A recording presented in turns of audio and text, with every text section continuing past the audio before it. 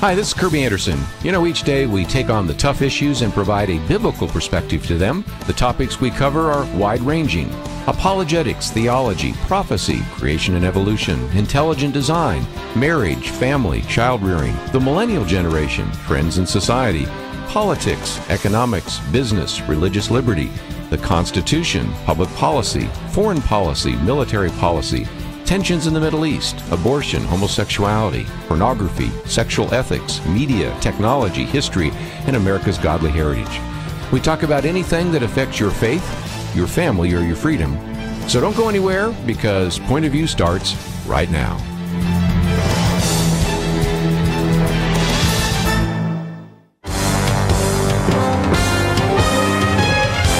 Across America, live. This is Point of View.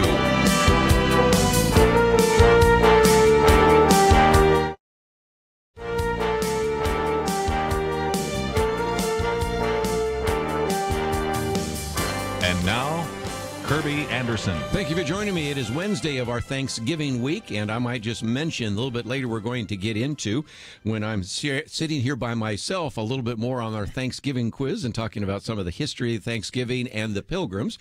But because we have Nick Pitts with us for a little bit longer before he heads off to the airport, we want to do a Millennial Roundtable. Well, hello. And you've said Thanksgiving a couple of times, and you've yet to mention sweet potato casserole, which we all know to be true, which is the reminder of God's goodness and grace in this very broken world. I cannot wait. I can smell it right now. I am yearning for that sweet potato casserole, but so excited in the meantime to be here with you. Tennessee bound and heading out there. And if nothing else, I even gave you a hat for one of your teams. I know. A winning team so right now.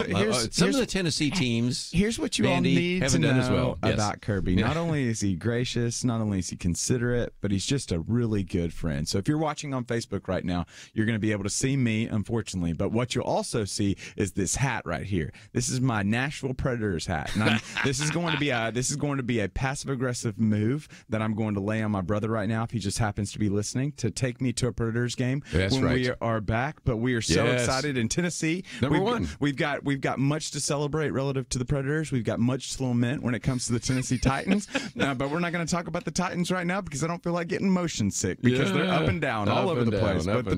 But the Predators, though, that's a whole different story.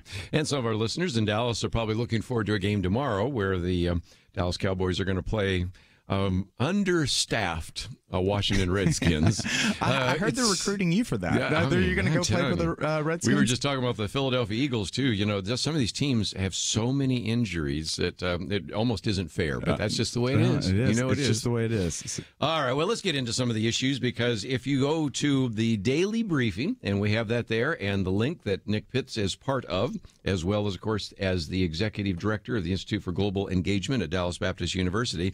First one you put on the list: President Trump sides with the Saudi officials. Yeah. What do we think about that? Yeah, well, one, you did not give it the due that it was, in that he gave 8 exclamation points. So I think we need to be extremely excited about this statement that he offered up.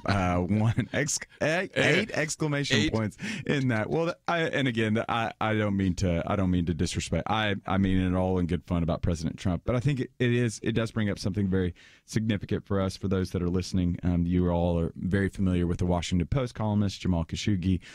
He was murdered, assassinated by, it looks to be, Saudi officials, and appears as though from a CIA, reportedly, they have decided that it was ordered by the Crown Prince of Saudi Arabia, that they came in, dismembered his body. President Trump has decided that he doesn't want to listen to that video or watch that video, and I don't blame him. I'm not a big fan of availing myself to violence, but there are other individuals that are saying, well, maybe you do need to listen to it, because that'll create an impetus within you to be able to respond. Right. Because I think one of the things that I bring out in the daily briefing this morning, I think there are 2 significant facts for us to understand when it comes to this.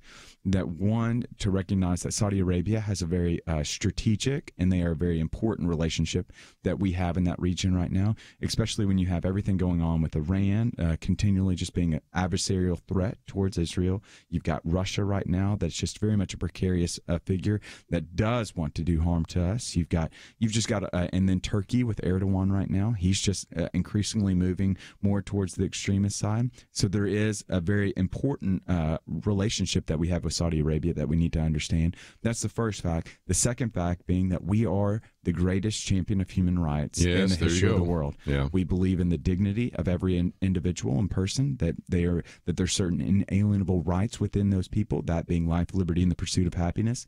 And the idea that, one, you can threaten press members like this, two, you can kill people and that be ordered from the top, is just strikes against what we stand for and what we are for. And the idea that we would just let this go aside, even to the extent that Jamal Khashoggi was a resident of the U.S., is very detrimental, one might be able to say, to our standing in the country. Now, am I missing something right now, Kerby? No, Ken, a lot of what I say sometimes when we talk about foreign policies, you can walk and chew gum at the same time. Yep. You can, on the one hand, say Saudi Arabia is our friend, and Saudi Arabia is one of the few places in the Middle East where we have some kind of diplomatic relations that actually are ongoing and positive. On the other hand, we can also call them out for human rights abuses, as we would Israel or any other country in that region. And so when you have Bob Corker saying, I never thought I'd see the day a White House would moonlight as a public relations firm for the Crown Prince of Saudi Arabia, tell me, Senator Corker, what you really believe. Yeah, what are you really saying right now? Yeah, it illuminates this, and I think all our listeners can understand this, not necessarily from a geopolitical standpoint. As for parents, they understand that they just got a loving relationship with their child, and with a loving relationship with their child, or any individual that they have a relationship with. When something bad happens, you have to measure out how can I keep the relationship, but also express my displeasure, as well as indicate to them that this is not conducive, nor is this acceptable. And if I had a hunch right now, my hunch, and I understand both sides of the argument, I would like to see our president stand up and be a little bit more forceful towards Saudi Arabia on this, because this is unacceptable, especially if the CIA reports are true that this was ordered from the Crown Prince. This kind of behavior is unbecoming, and then it strikes against what it is our friendship is. Like, it shows the status of our friendship, that they would be willing to kill a journalist that was a resident here. I think that's very detrimental moving forward for a couple of reasons. One, I think it's the reason, like you're saying, the Crown Prince now beginning to assign blame to other individuals, and these are just individuals that, if the CIA report's true, we're just following his dictates. Following his orders. Yeah. And so now other people are going to be punished, i.e. lose their life because of this, because of a ruling that the Crown Prince has done. So I think that's a problem. Two, I mean, you just think about some of the human rights abuses that are happening all across the world right now. And if we're not willing to stand up to this, if all of this is true, if we're not willing to stand up to this, what gives us the wherewithal and the capacity to stand up to what's happening in China right now with the Uyghur Muslims that's happening right now, or with the Christians that's happening in China right now? What gives us the standing to be able to stand up to North Korea and Kim Jong-un right now with what the concentration camps and the re-education camps that are going on in North Korea? That's one of the beautiful things about America. We've had the resolve within our spirit to be able to stand up for what's right and true. And I understand the other side of the argument. I just think that there needs to be more of a push, and we need to stand up a little bit more. But again, I would love to hear our listeners what they would have to say on this. Well, I certainly would too. But again, the bottom line is that just from the optics point of view for a moment, the president didn't say a whole lot of negative things to the leader of North Korea or China, or now the presumptive leader in Saudi Arabia. Turns right around and says some pretty nasty things about Macron, who's the president of France. Let's even the table here a little better. So that would have been helpful too. So some very important issues on the table, and that's just one of many we're going to talk about today. And I know that our friend Nick Pitts, Dr. Nick Pitts, is only going to be with us a short amount of time, but if you'd like to join us while we are having this conversation, you can visit our website, and that is a place where you can do so. Of course, we also are broadcasting on Facebook Live. We'll look at some of those comments as well. And if you'd like to give us a call, that number is 1-800-351-1212. I know the day before Thanksgiving, some of you may be listening, you're in the kitchen, and you have a lot better things to do than give us a call. But if you do, you'll certainly have a chance to join our conversation. We'll be back with more right after this.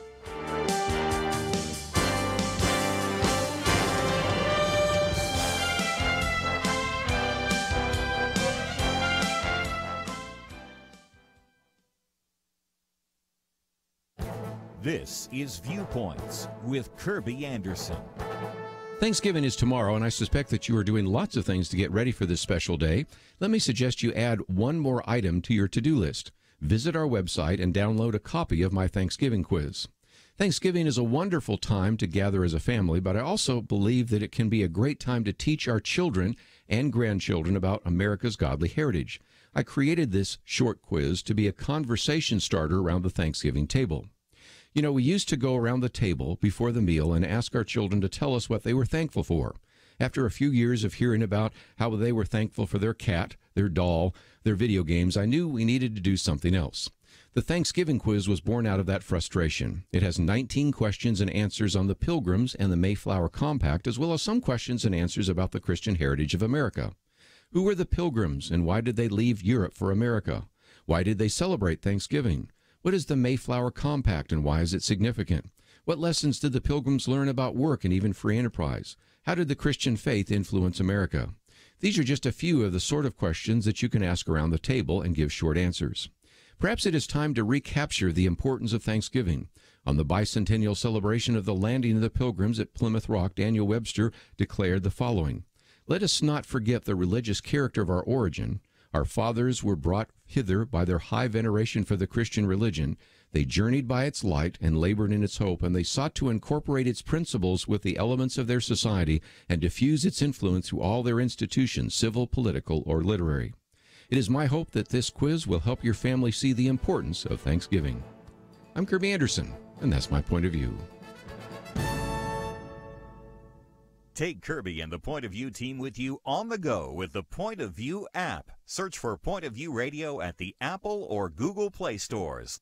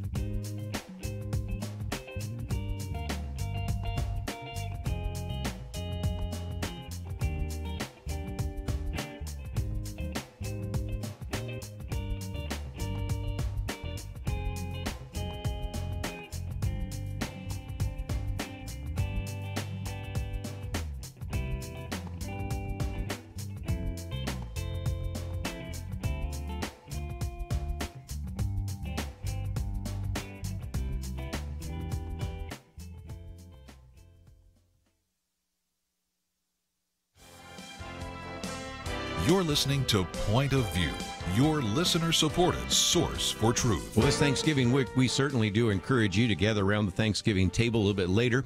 Even give you a suggestion on a Thanksgiving quiz that you could do around the table with kids and things of that nature. And so we can certainly go around the table and talk about what we're thankful for. But Nick Pitt's with me here as well, and I thought we might talk about people that are hurting. Mm-hmm. And this piece that you cited in your daily briefing, so I knew I wouldn't catch you off guard, by our friend David Brooks there at the New York Times, Fighting the Spiritual Void. And I'll just read the first paragraph and then get into it. Wherever I go, he says, I seem to meet people who are either dealing with trauma or helping others dealing with trauma. In some places, I meet veterans trying to recover from the psychic wounds they suffered in Iraq or Afghanistan. Sometimes it is women struggling with the aftershocks of sexual assault. Sometimes it's teachers trying to help students overcome the traumas they suffered from some adults' abuse or abandonment. And he titles this Fighting the Spiritual Void, and the idea that really, in some respects, these are a wound to our soul.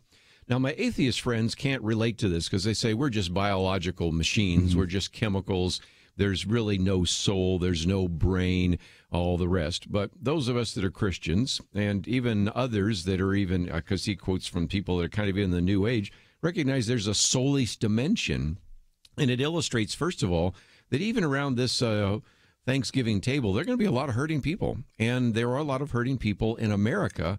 And the solution isn't government programs, because a lot of these are psychological and spiritual hurts. Yeah, these are the permanent things that Edmund Burke would talk about, right? These are those things that we don't necessarily, the government can typically be, can be a force for good, but it's just so big that sometimes it requires, these require small, very customized movements. And this is where some of those intermediary institutions that we often talk about, the United Ways, churches, etc.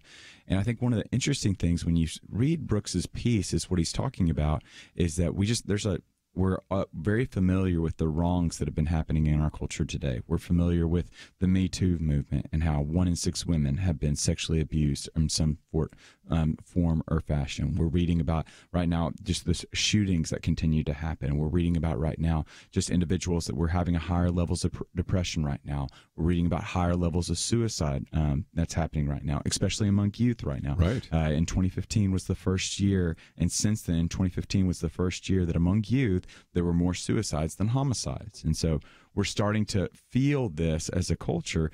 And when we're feeling this as a culture, like what Brooks argues in his piece is he says that it keeps us from developing as in our character, and we're hindered in that. And there used to be a time and place in which there were neighbors, in which there were churches, there was resources available in the public square to bring about a type of healing. But now we're not finding that, which I think is very detrimental to what we've done. We tried to strip the public square naked, and what we've done in that is we've seen there's a lot of hurting people out there right now that are really struggling to be able to figure out what does it look like to move forward to the next day. And to me, it's the great contrast. I always love to talk about these contrasts, is because, first of all, economically, we're doing very well. Yeah. I mean, if you want to sit around the Thanksgiving table and talk about the median family income is up, unemployment is down, job opportunities exist like never before, that's the case. In terms of the medical profession, he talks about this idea of PTSD. It used to be we didn't even have a name for it. In World War I, what they call it, shell shock. Yeah.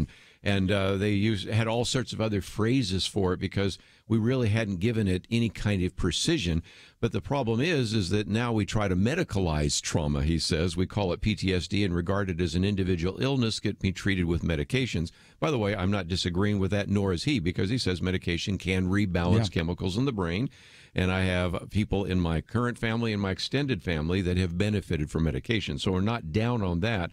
But the point is, he says, yes, these medications can help the chemicals in the brain, but they cannot heal the inner self. Mm-hmm. And tells this fascinating story. I'm about ready to go get the book War and Soul, in which there is an individual in this particular case that is described in there who was actually at Khe Sanh in Vietnam, and that's where he was manning a machine gun, killing wave after wave of North Vietnamese, but eventually they overran the position, and he's sprinting for his life, assuming he's going to be killed any second. And he said, I felt my soul run out of my body. It stayed out, traumatized, on red alert for decades. And I thought, there's this spiritual dimension that, unfortunately, if you're just a doctor who has an atheistic perspective, you only think that maybe some kind of therapy, some kind of behavior modification, maybe some kind of chemicals are all you can do. And some of that has to do with some of the spiritual and psychological issues that government programs are never going to be able to solve. Yeah, I think that you bring up a really great point, and I'm so grateful that you hold both in your hand, and so we don't have to reject one for the other. Yes and amen, that we need to be keenly aware of just the medical services that are available. Thank goodness we have scientific advances that have taken place in order that medication can be made available, that we have doctors now that have technological innovation and medical discoveries have allowed us to be able to, one, identify problems that are psychological in nature, physiological, etc. But at the end of the day, we still know it to be true that there's just we are not just bodies with souls. We are souls that have bodies. Like there's a soul component to us, as C.S. Lewis would talk about, and how we have this eternity that's been placed within us from Ecclesiastes 3. That we have this idea that from Augustine that our heart is restless until it finds its rest in thee. And the beautiful thing that comes about that when we experience this difficulty, that it really allows communities to be able to come together and to be able to, one, to know that God might not take you out of it, but he could see you through it. And one of the ways that he sees you through it is through people coming along, like the church, coming along and being the hands and feet of Jesus in this place. And it's just interesting how we've continued to run away from the church, and we have a culture that's increasingly not practicing the disciplines. We're not going to church. We're not praying, which again is, I don't mean to be judgmental about this, but I do mean to say that there's great resource and there's great help in the church to be able to find meaning, healing, and hope. I think that's the reason why you see in Jeremiah 17 that heal me and I will be healed, save me and I will be saved, says the Lord. It's this opportunity for us, yes, to seek medical treatment because it's a good gift from God that points back to God, but recognize that medicine alone can't heal those longings inside of you and that restlessness that comes, especially when you go through something traumatic as well. You know, yesterday we had Dr. Jeff Myers on, and we were talking about Summit Ministries, but we were also talking about the emerging generation. And now he's not only focusing on the millennials, now he's focusing, because the young people he's got are all Generation Z the iGen generation. And this is even more secular than the millennial generation, even more digitally connected, and as a result, more socially isolated. And so as a result, you have the solutions for this rising tide of suicide, solutions for the rising epidemic of opioid epidemic and things of that nature, and just all the other issues we can talk about, as well as just the fear every day of when I go to school, am I going to get shot?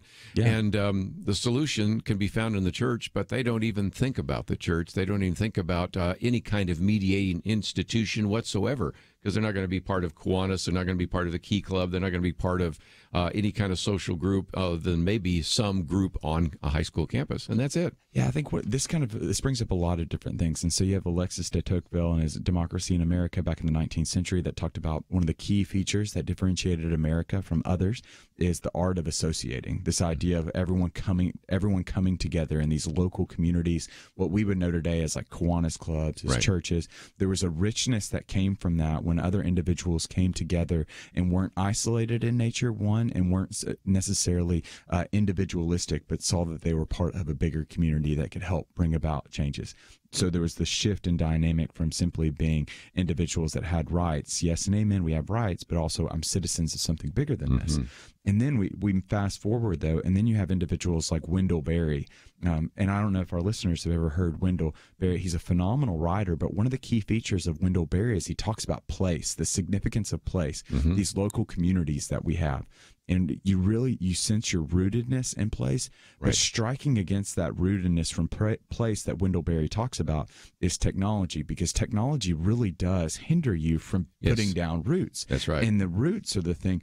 You take away the roots from a tree, what happens? The tree dies. Like the tree needs its roots. We need our roots, and when you rip those roots away, that's traumatic in and of itself.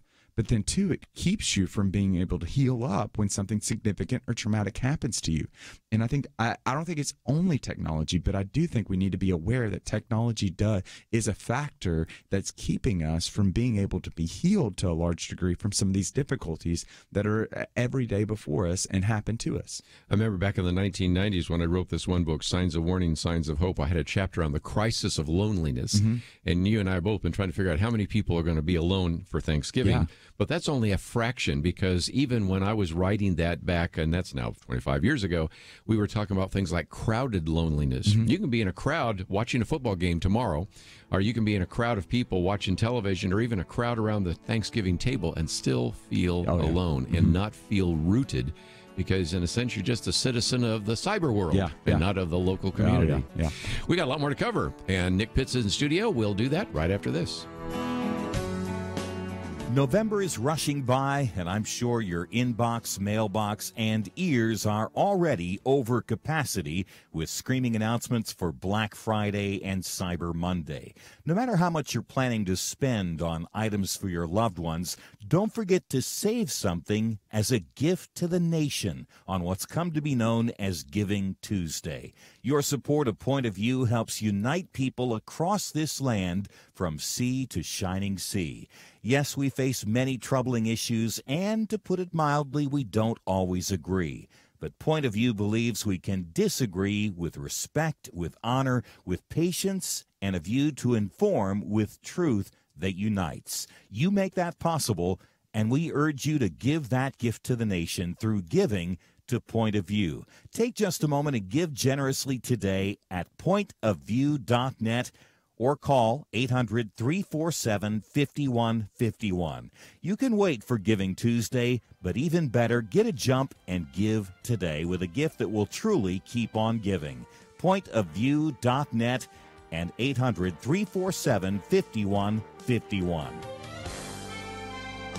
Point of View will continue after this.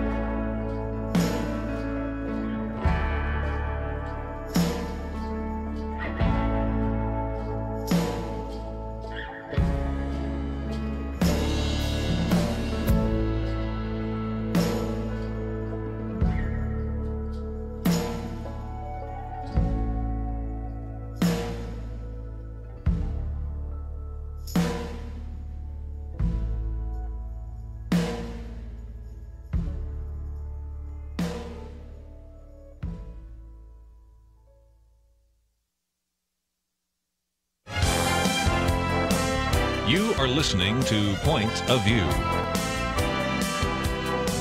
The opinions expressed on Point of View do not necessarily reflect the views of the management or staff of this station. And now, here again is Kerby Anderson. Like to join our conversation, 1-800-351-1212. Nick Pitt's with us, and then this is the second busiest travel day of the year. The busiest is Sunday, so in just a few minutes, you're going to be fighting your way in the traffic, fighting your way through the airport, and eventually making it to your home in Tennessee. So I am. I just read The Coddling of the American Mind, and they yes, talk about. I just ordered it. They talk about concept creep, right? And so the idea that certain things can be, certain concepts can be enlarged to encompass much more than they were originally intended to mean. So trauma, for example, might be. It used to be a time in which it was something significant that physically happened to you, and now we're moving in a world in which, I would say, going to the airport is going to be traumatic. But maybe not. yeah. So we'll see how that goes. I see it as a test from the Lord relative to my sanctification and learning me to develop some patience inside of me. But nevertheless, I'm excited. Well, we need to have a discussion in the future with the Heights book because I've been seeing people quoting from the coddling of the book, and I thought I might just order it, and it's coming to me from Amazon, so we'll both read it and talk about it on one of these programs. It's such because I've been reading about it and reading clips. I thought I better just read the book cover to cover. Yeah, it's such a great book. What he's able to document, one, about the idea of concept creep, two, about this idea of falsely pitting us against one another, right? And saying that there's the untruth of they're evil and you're inherently good. It's just kind of a negative characteristic that hinders productive discussion, especially on the college campus. And then the idea that this idea of like your emotions should be leading you. Emotions don't necessarily need to be leading you. Isolated incident. And just the power of logic and of reasoning together and being able to have an open, engaged dialogue. I thoroughly enjoyed it. I thought it was a phenomenal read. I thought it was surprisingly practical. Sometimes we get some of these books and it's just very theoretical, which in and of itself is good, especially for nerds like me. But every once in a while, for individuals that are more pragmatic and practical in nature, they're like, well, what do I do now? Well, they make out some pretty good little instances that you might be able to say these are ways that we can move and contribute in a positive fashion moving forward. So highly recommend the book. Yes, best-selling, first of all, and of course, then there's books on the summary of the coddling of the American Mind, because some people won't sit and read the whole book, so I thought that was kind of interesting as well. And it kind of goes with one of the topics that we were going to talk about what was happening at the college student that was silenced down. Yeah, so you had this college student decided to stand up, and you're pulling up the article right now. It's I'll give you the name and everything. Yeah. Isabella Chow at the University of California at Berkeley, and I've been following this story, and we're hoping to get her on because I'd love to hear her whole story. But here, she just decided not to vote on an issue that was stupid anyway, and we'll get into that in just a minute.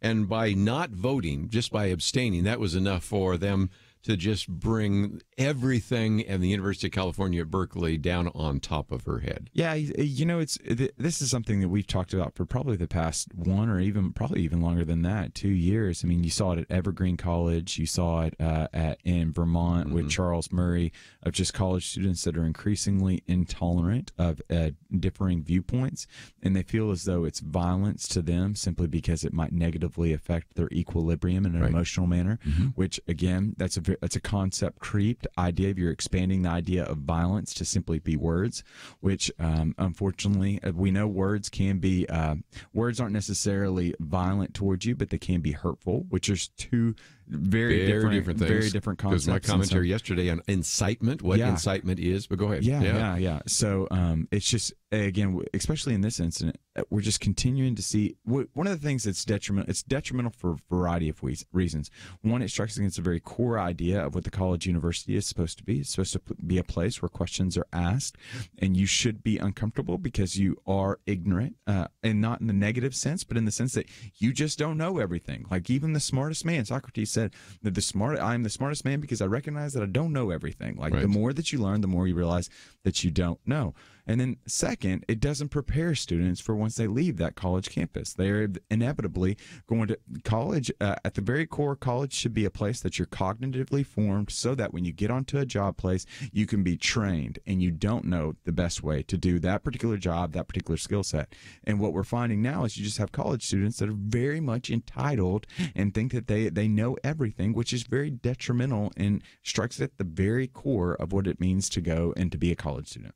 Well, and again, to actually make this an issue or a hill to die on, if we want to use that old phrase, that's where you had 20 different individuals in that student senate, and 19 of them were willing to vote against the idea that your sex is determined by your biological gender at birth, or your gender is determined by your sex, probably a better way to say that, because she abstained on that. That was enough to bring just everything down on her head and to be threatened and have people want to have a recall vote to remove her, which anybody that you would talk to outside of the studio, except maybe a few people that just are, so bought into this idea, or almost anybody around the country, except maybe some people in Madison, Wisconsin, Boulder, Colorado, Berkeley, California, say, yeah, I think your gender is the sex you were born with. Yeah. And by not affirming that is discriminatory and homophobic, this is the kind of thing that she's facing. Yeah, and again, it does. There's a variety of issues that's a problem here. Is one, you're not allowing. It's one thing to be hateful in your response.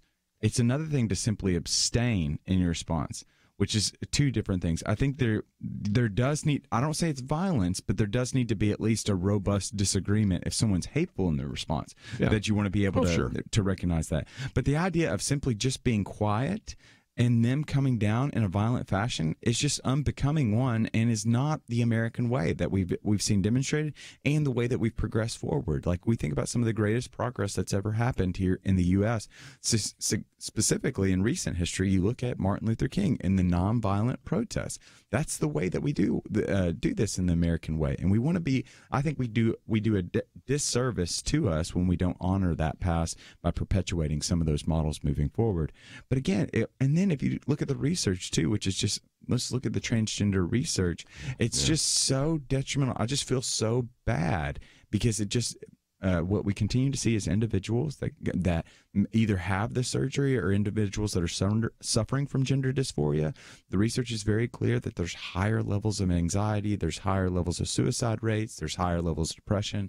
It's just very detrimental towards what it means to be flourishing as a human being. And especially as a Christian, sometimes you can't reason with an individual to move outside of that, so you just have to let them experience that.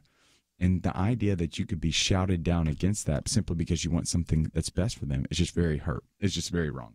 Let's talk about one of the things you were talking about in terms of response, because Isabella Chow on her Facebook said discrimination is never okay, and she was as gracious as she could possibly be. And our good friend John Stonestreet the other day talked about the fact that you have two examples of people that were very gracious.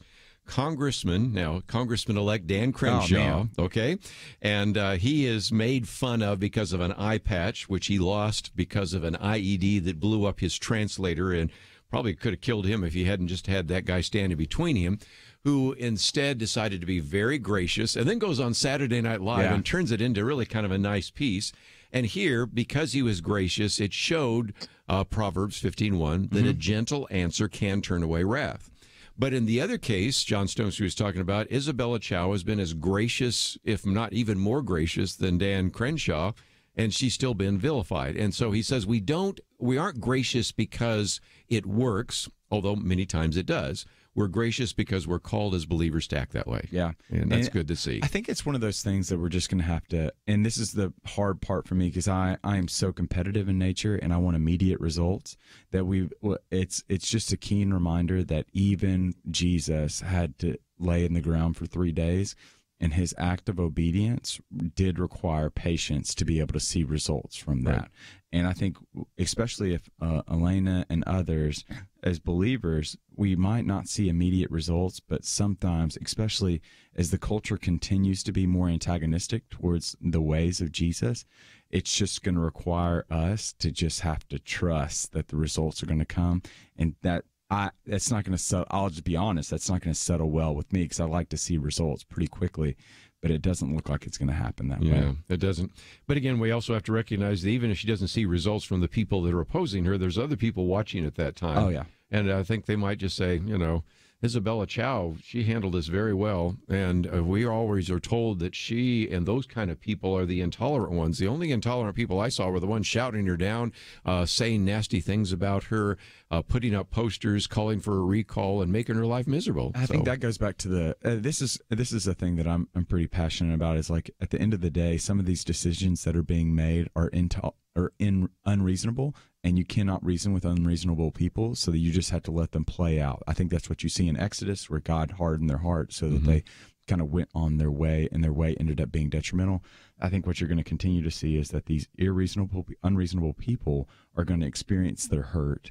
And because of that, Christians specifically need to position themselves to be ready when they get to that very end. I would think so. Let's take a break. We got a couple more things to cover. We'll do that right after this.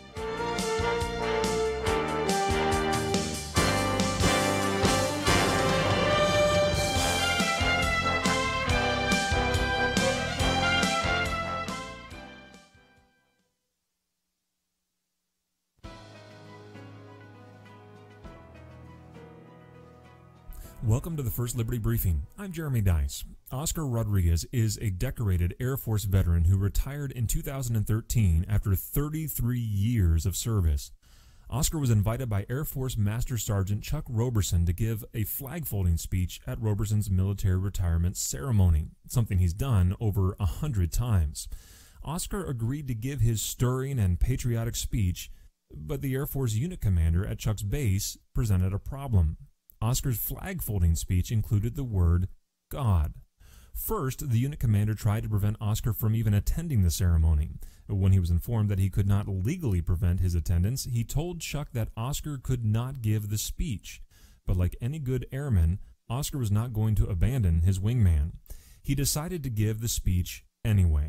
And as a private citizen, Oscar is no longer subject to the commander's authority. But when Oscar stood to deliver the speech during the retirement ceremony, 4 senior airmen approached him, assaulted him, and physically dragged him out of the retirement ceremony before he even had a chance to say the word God. The government has no right to throw a citizen, much less a 33-year veteran, off of a military base because they don't want him to mention the word God. The Air Force broke the law and abused its power, discriminating against Oscar and service members everywhere who want to mention God in their private retirement ceremony. First Liberty Institute represents Oscar because no one should be assaulted for mentioning the name God. To learn how First Liberty Institute is defending religious liberty for all Americans, visit firstliberty.org.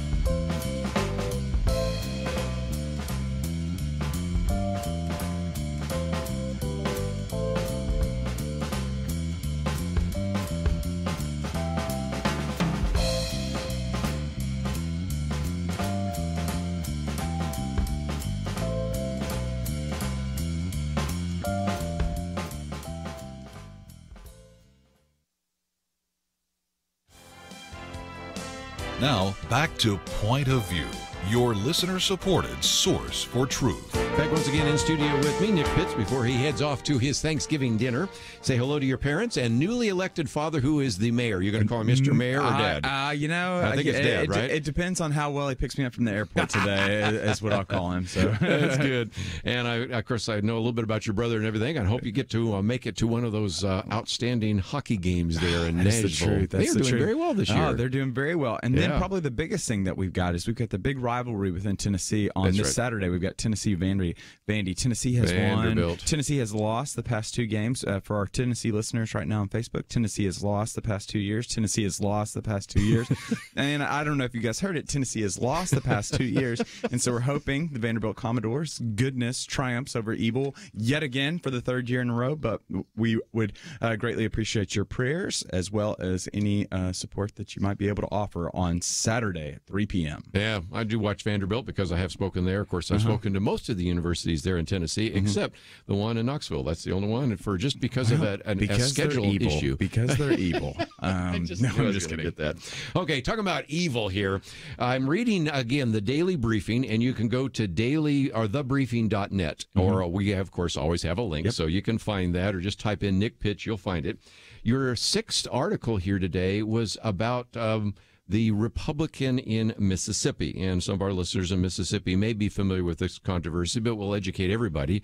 And that is, this is an odd one, because when I say we have a 53-47 Senate, I'm saying assuming that Cindy Hyde-Smith wins, because that actually is a runoff, and I won't get into all the details there. But she, a while back, used a phrase that you use sometimes in the South, you know, and this phrase came back to haunt her, because she said, this is much fun as a public hanging or something like that. And if he invited me to a public hanging, I'd attend. And they have said, well, she meant lynching. Well, no, not really. But talk about this, because this has become something taken out of context, which could cause her defeat. Don't think so, but let's see where it goes. Yeah, it's definitely not the smartest thing that she could have said, especially now she's running against African Americans. So there's that component, but I think you don't want to monkey around it, as somebody else found out, right? You know, those phrases just hurt you. Yeah, you can't. You got to be very careful of the words that you use, especially in this very tenuous time that we find ourselves in relative to words specifically. The second thing I think is pretty important for us to understand is I've been very frustrated with certain media entities, how they've continued to build on this and build out a false narrative. So you have, again, I'm not, and our listeners know, I'm not the guy that's going to wholesale trash the media, but I will call out certain media entities when they're wrong. CNN was one of those media entities. A couple of days ago, they talked about and didn't even mention they had found Facebook photos of her with these Civil War artifacts from Facebook. And what they failed to mention is that she was at a museum. And so they're running these as like she's trying to reenact the Civil War, and they're not even saying that she's at a museum. And so that kind of stuff is just trying to build this type of narrative that's very unhelpful, and it's just smearing, and it's untrue. It's just not the complete truth, I should say, which again is untrue, which is not helpful whatsoever. And so this is a very sensitive topic. As we know, for the past 3 years, racial tensions have been at pretty significant highs here in the U.S. right now. And her comments weren't helpful, nor is the media's role right now in saying an inch and going a mile with this. And it's really important for listeners to be able to understand, especially something like this, that we need to be very careful jumping to conclusions, but we also need to be very calculated when we use the words that we do use. Yeah, and again, I won't say a lot about being careful, because I think everybody's figured that out. But again, there are certain words, certain phrases, certain images just don't work. And you would think that as you're going through a campaign, your campaign manager would say, you probably just don't want to say these things. Or if you say it, just apologize. Say, that's not what I meant, so that you end it right there. But back to your key point, you really, I think, give us another lesson, and that is the reason why we encourage you to read widely. Because if you read further into the article, maybe you would figure out that it was in a museum, or if you read another story, you'd find that out. I used a CNN example just the other day where the headlines talked about two individuals who were actually how to say this, they were charged by the Congressional Ethics Committee on the issue of sexual harassment. And one of those was Mark Meadows. Well, if you read the story, It had to do with one of these individuals, a Democrat, who actually had sexually harassed his individual, some people in the office. Mark Meadows, they argued that because he didn't act swiftly for somebody in his office some time ago who's no longer there, who he fired, should have taken maybe faster action against this sexual harasser. They were put on the same headline, and so you think both of them were sexual harassers.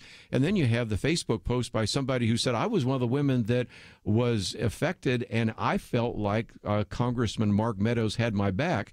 But you wouldn't know that from the headlines, and you wouldn't necessarily know it until you read at least into the third paragraph into the story. Yeah, I think the average American that reads on the internet for an article reads for 15 seconds. Yes. And so really The you're just headlines did it. Yeah, you're reading the headline, and in turn, what's going to become more and more detrimental to just our ability to be able to dialogue together is just the fact that literally fake news. Now, I'm not a guy that says CNN's fake news. I'm not the guy that says all mainstream media is fake news. I think they're biased news. I don't think they're fake news. Fake news is just lies. Biased news is just framing it in an advantageous perspective relative to your ideological means. So what you're seeing, though, is we're going to see a rise in these doctored videos. We're going to see a rise in some of these doctored documents. We're already starting to see some of this technology develop that literally can take individuals out and make them say certain things that they didn't say. And as we see this continual distrust, I'm very weary and I'm very concerned about where we're going to be moving forward, because who's to say that these entities, especially with Hyde-Smith, these entities can't just take something completely out of context to build onto a narrative that suits their ideological purposes, which would be very, very, very detrimental to this American experiment. To make it even worse, you and I have been following, of course, for years we had the Onion, the Babylonian Bee. Now I've got some of these others where you've got these, there's one that I sent you the other day. Everything is fake on it, you know? Yes, it's intentionally fake. And it's like, and I'm seeing that showing up on Facebook as well. So if there's a lesson to be learned, even as we come into this Thanksgiving season, just take all that you read with a grain of salt. Check it out. Don't jump so quickly. Don't repost it on your Twitter feed or your Facebook page, because it may not be true in the first place. I think that's one of the unique things that a Christian can contribute. I know there are many out there, because the statistics align with this. There are many out there that are wanting to be apathetic, that are wanting to just pull away from this, that are frustrated by this. But that's the last thing that you need to do. When you become apathetic, that kind of goes back to Edmund Burke. How do you let evil triumph over good? It's when good men and women stay silent. And so you can't be apathetic towards this. You have to continue to press in towards this. I'd continue to recommend listening to Point of View. We try to be that source to be able to help you discern the news a little differently from the larger public. But one of the ways that you can do this is specifically on your own terms is if you see an article, then from a Christian perspective, you want to search after wisdom like it's that of gold, like understanding like it's that of silver. So you want to read it.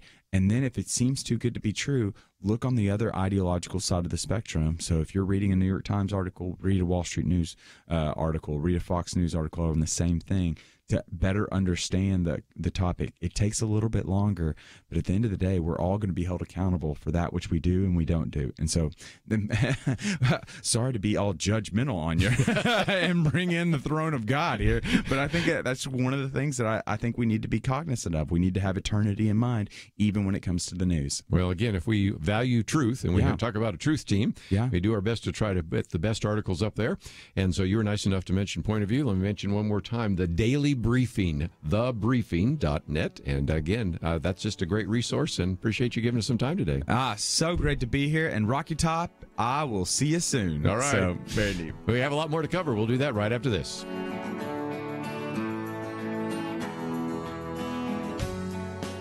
November is rushing by, and I'm sure your inbox, mailbox, and ears are already over capacity with screaming announcements for Black Friday and Cyber Monday. No matter how much you're planning to spend on items for your loved ones, don't forget to save something as a gift to the nation on what's come to be known as Giving Tuesday. Your support of Point of View helps unite people across this land from sea to shining sea.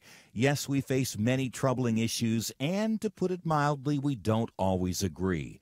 But Point of View believes we can disagree with respect, with honor, with patience, and a view to inform with truth that unites. You make that possible, and we urge you to give that gift to the nation through giving to Point of View. Take just a moment and give generously today at pointofview.net or call 800-347-5151.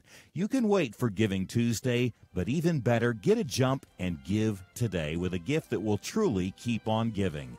Pointofview.net and 800-347-5151. Point of View will continue after this.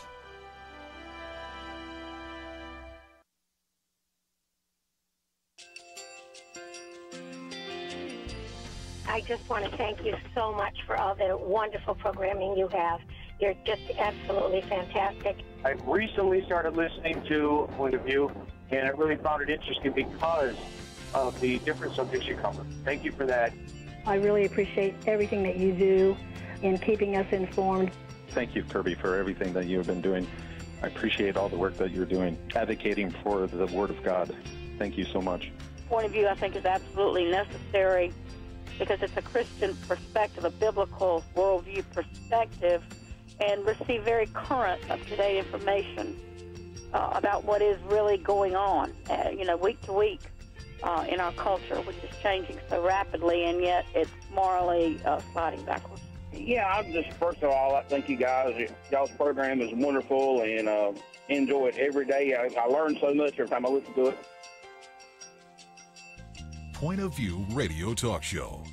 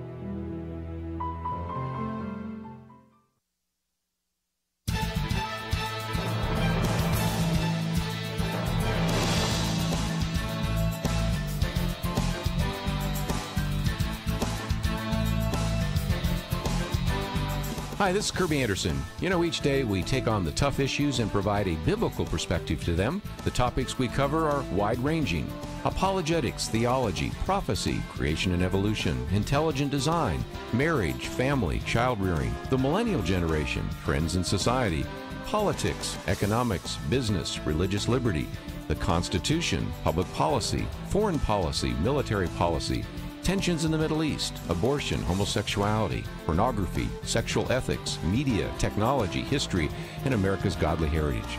We talk about anything that affects your faith, your family, or your freedom. So don't go anywhere, because Point of View starts right now.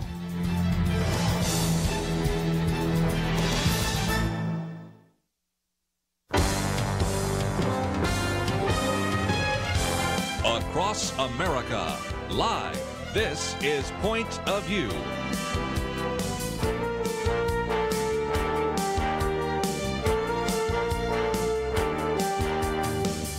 And now, Kerby Anderson. Thank you for joining me. It is the day before Thanksgiving, and this is a time in which we love to, of course, hear from you about what you are thankful for. But also during these next 2 hours, what I want to try to do is cover some of the history of Thanksgiving, because I think this is a wonderful teaching time. There are so many of these various holidays that sometimes have a spiritual origin. But the reality is sometimes they're overtaken by commercialism and a variety of other issues. Thanksgiving is still pretty much the way it was back in 1621. It is amazing to me. Of course, now we watch television, football, a number of other things, but there's a sense in which it hasn't been as commercialized, say, as Christmas has, or some of the other holidays, and so that's significant. And so this first section here, I want to cover the Thanksgiving quiz. If you go to our website, you will see that I have a commentary today about the Thanksgiving quiz, and I tell you a little bit of the story behind it. It is actually 20 questions that I put together years ago, and it's something you can use around the table. There's a place where you can actually, as you go to that viewpoint section there, just download it, and you can then print it out, or you can just have it on your smartphone and use it around the table. And I did this because whenever we would have a Thanksgiving dinner, I would, my wife and I would go around the table and say, okay, kids, tell us what you're thankful for. And I was getting things like, well, I'm thankful for my kitty cat, or I'm thankful for my bear, or my Nintendo game. And I thought, okay, we got to do a little better here. And so we put together this Thanksgiving quiz, which we make available here at Point of View. And, of course, it's also available at Probe Ministries, so you can find it in a variety of different locations. And it's just 20 questions that are just an attempt to help us kind of reflect on some of the rich Christian heritage that we have. Now, as I say that, I recognize that there are some very dark chapters in American history. Matter of fact, a little bit later, I'm going to be talking about Squanto and the Indians, and I recognize that certainly the way we have treated those because of the Indian Wars, slavery, and a variety of other things are certainly dark chapters in American history. But at the same time, there is such a need today for us to re-educate an entire generation who are frankly quite ignorant of our country's origins. And this is not a new phenomenon. One of the individuals that we interview here on a pretty regular basis is a man by the name of Gary Bauer. Now, Gary Bauer served in the Reagan administration, first as an undersecretary of education. And I vividly remember when he and Bill Bennett actually did some testimony before the Congress about what was in the textbooks at the time. And one that you remember only so well was the fact that these textbooks talked about Thanksgiving as a time when the Pilgrims were thankful, but it didn't tell who they were thankful to or what they were thankful for. And so you kind of miss a lot of it there. And I would have to say that's gotten worse since the 1980s. Oftentimes now, Thanksgiving is vilified. I've seen some posts today in which college students say that even the idea of Thanksgiving is racist. No, it's not. And I think it's really helpful to use this as a teaching time. I think the 4th of July is a great teaching time to talk about our nation's history and about the Declaration, about the Constitution. I think Thanksgiving is a very good time to talk about the founders of our country. And so I want to do that for a while, working our way through the Thanksgiving quiz. Then I want to come back and actually present some material that I've put together on lessons from Thanksgiving, some of the spiritual lessons we can learn, some of the political lessons we can learn, some of the economic lessons we can learn, and there will be a little bit of an overlap, but I recognize that as you're running around today in your car or as you are listening to this in your kitchen getting ready for Thanksgiving, you may not have a chance to listen to all 2 hours, so there's a little bit of repetition there, but that's intentional, if nothing else, just to kind of reinforce those ideas. But again, if you want to go to pointofview.net and download this particular Thanksgiving quiz, you can follow along, and we're going to work our way through the 20 questions. Question number 1 was, what group began the tradition of Thanksgiving? Some of these questions are simple enough that even some of the children around the table might be able to answer that, because, as I point out, a day of Thanksgiving was set aside by the Pilgrims who founded the Plymouth colony. This colony was, of course, the first permanent settlement in New England. The Pilgrims were originally known as the forefathers or founders, and actually the term pilgrim, and I'll come back to this in a little more detail later, was actually coined by William Bradford from a phrase that is actually found in 1 Peter. And we'll talk about that a little bit later in more detail, but that was how they came to be designated as the Pilgrims. And it's the idea that we are pilgrims in the land. We are sojourners in the land. And of course, if you think about another very famous book with the word pilgrims in it, it's Pilgrim's Progress, right, by John Bunyan. So there were just a lot of allusions to that, and so the Pilgrims were those individuals who helped ultimately found Plymouth Colony. Question number 1.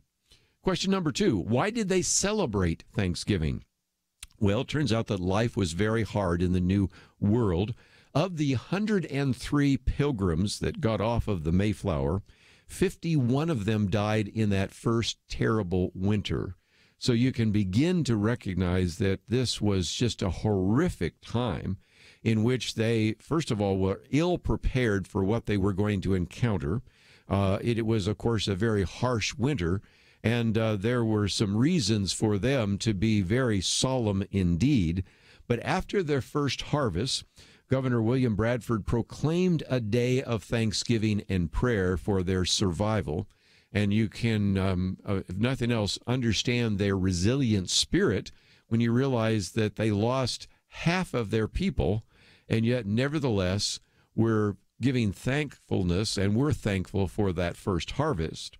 By 1623, you had a day of fasting and prayer during a time in which there was a drought, which then changed to one of thanksgiving when the rains came after their prayer, and it was a very gentle rain that did not actually ruin the crops.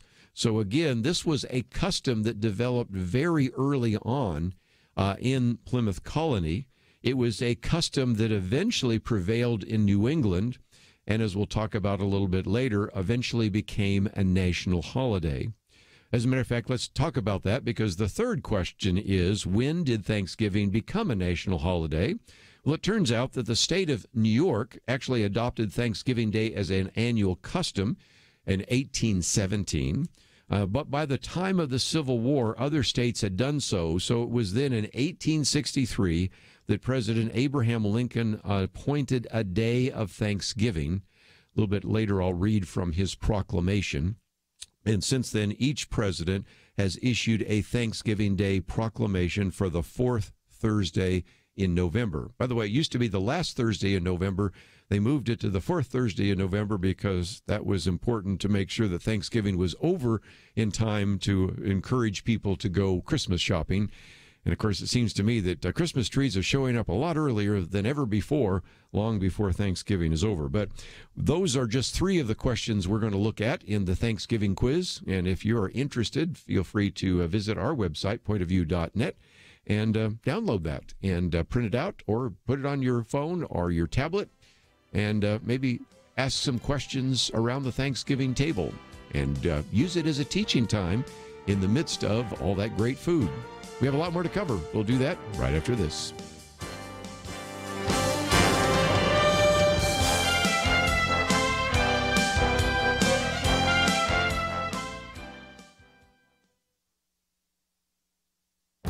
This is Viewpoints with Kerby Anderson. Thanksgiving is tomorrow, and I suspect that you are doing lots of things to get ready for this special day. Let me suggest you add one more item to your to-do list. Visit our website and download a copy of my Thanksgiving quiz. Thanksgiving is a wonderful time to gather as a family, but I also believe that it can be a great time to teach our children and grandchildren about America's godly heritage. I created this short quiz to be a conversation starter around the Thanksgiving table. You know, we used to go around the table before the meal and ask our children to tell us what they were thankful for. After a few years of hearing about how they were thankful for their cat, their doll, their video games, I knew we needed to do something else. The Thanksgiving quiz was born out of that frustration. It has 19 questions and answers on the Pilgrims and the Mayflower Compact, as well as some questions and answers about the Christian heritage of America. Who were the Pilgrims, and why did they leave Europe for America? Why did they celebrate Thanksgiving? What is the Mayflower Compact, and why is it significant? What lessons did the Pilgrims learn about work and even free enterprise? How did the Christian faith influence America? These are just a few of the sort of questions that you can ask around the table and give short answers. Perhaps it is time to recapture the importance of Thanksgiving. On the bicentennial celebration of the landing of the Pilgrims at Plymouth Rock, Daniel Webster declared the following: "Let us not forget the religious character of our origin. Our fathers were brought hither by their high veneration for the Christian religion. They journeyed by its light and labored in its hope, and they sought to incorporate its principles with the elements of their society and diffuse its influence through all their institutions, civil, political, or literary." It is my hope that this quiz will help your family see the importance of Thanksgiving.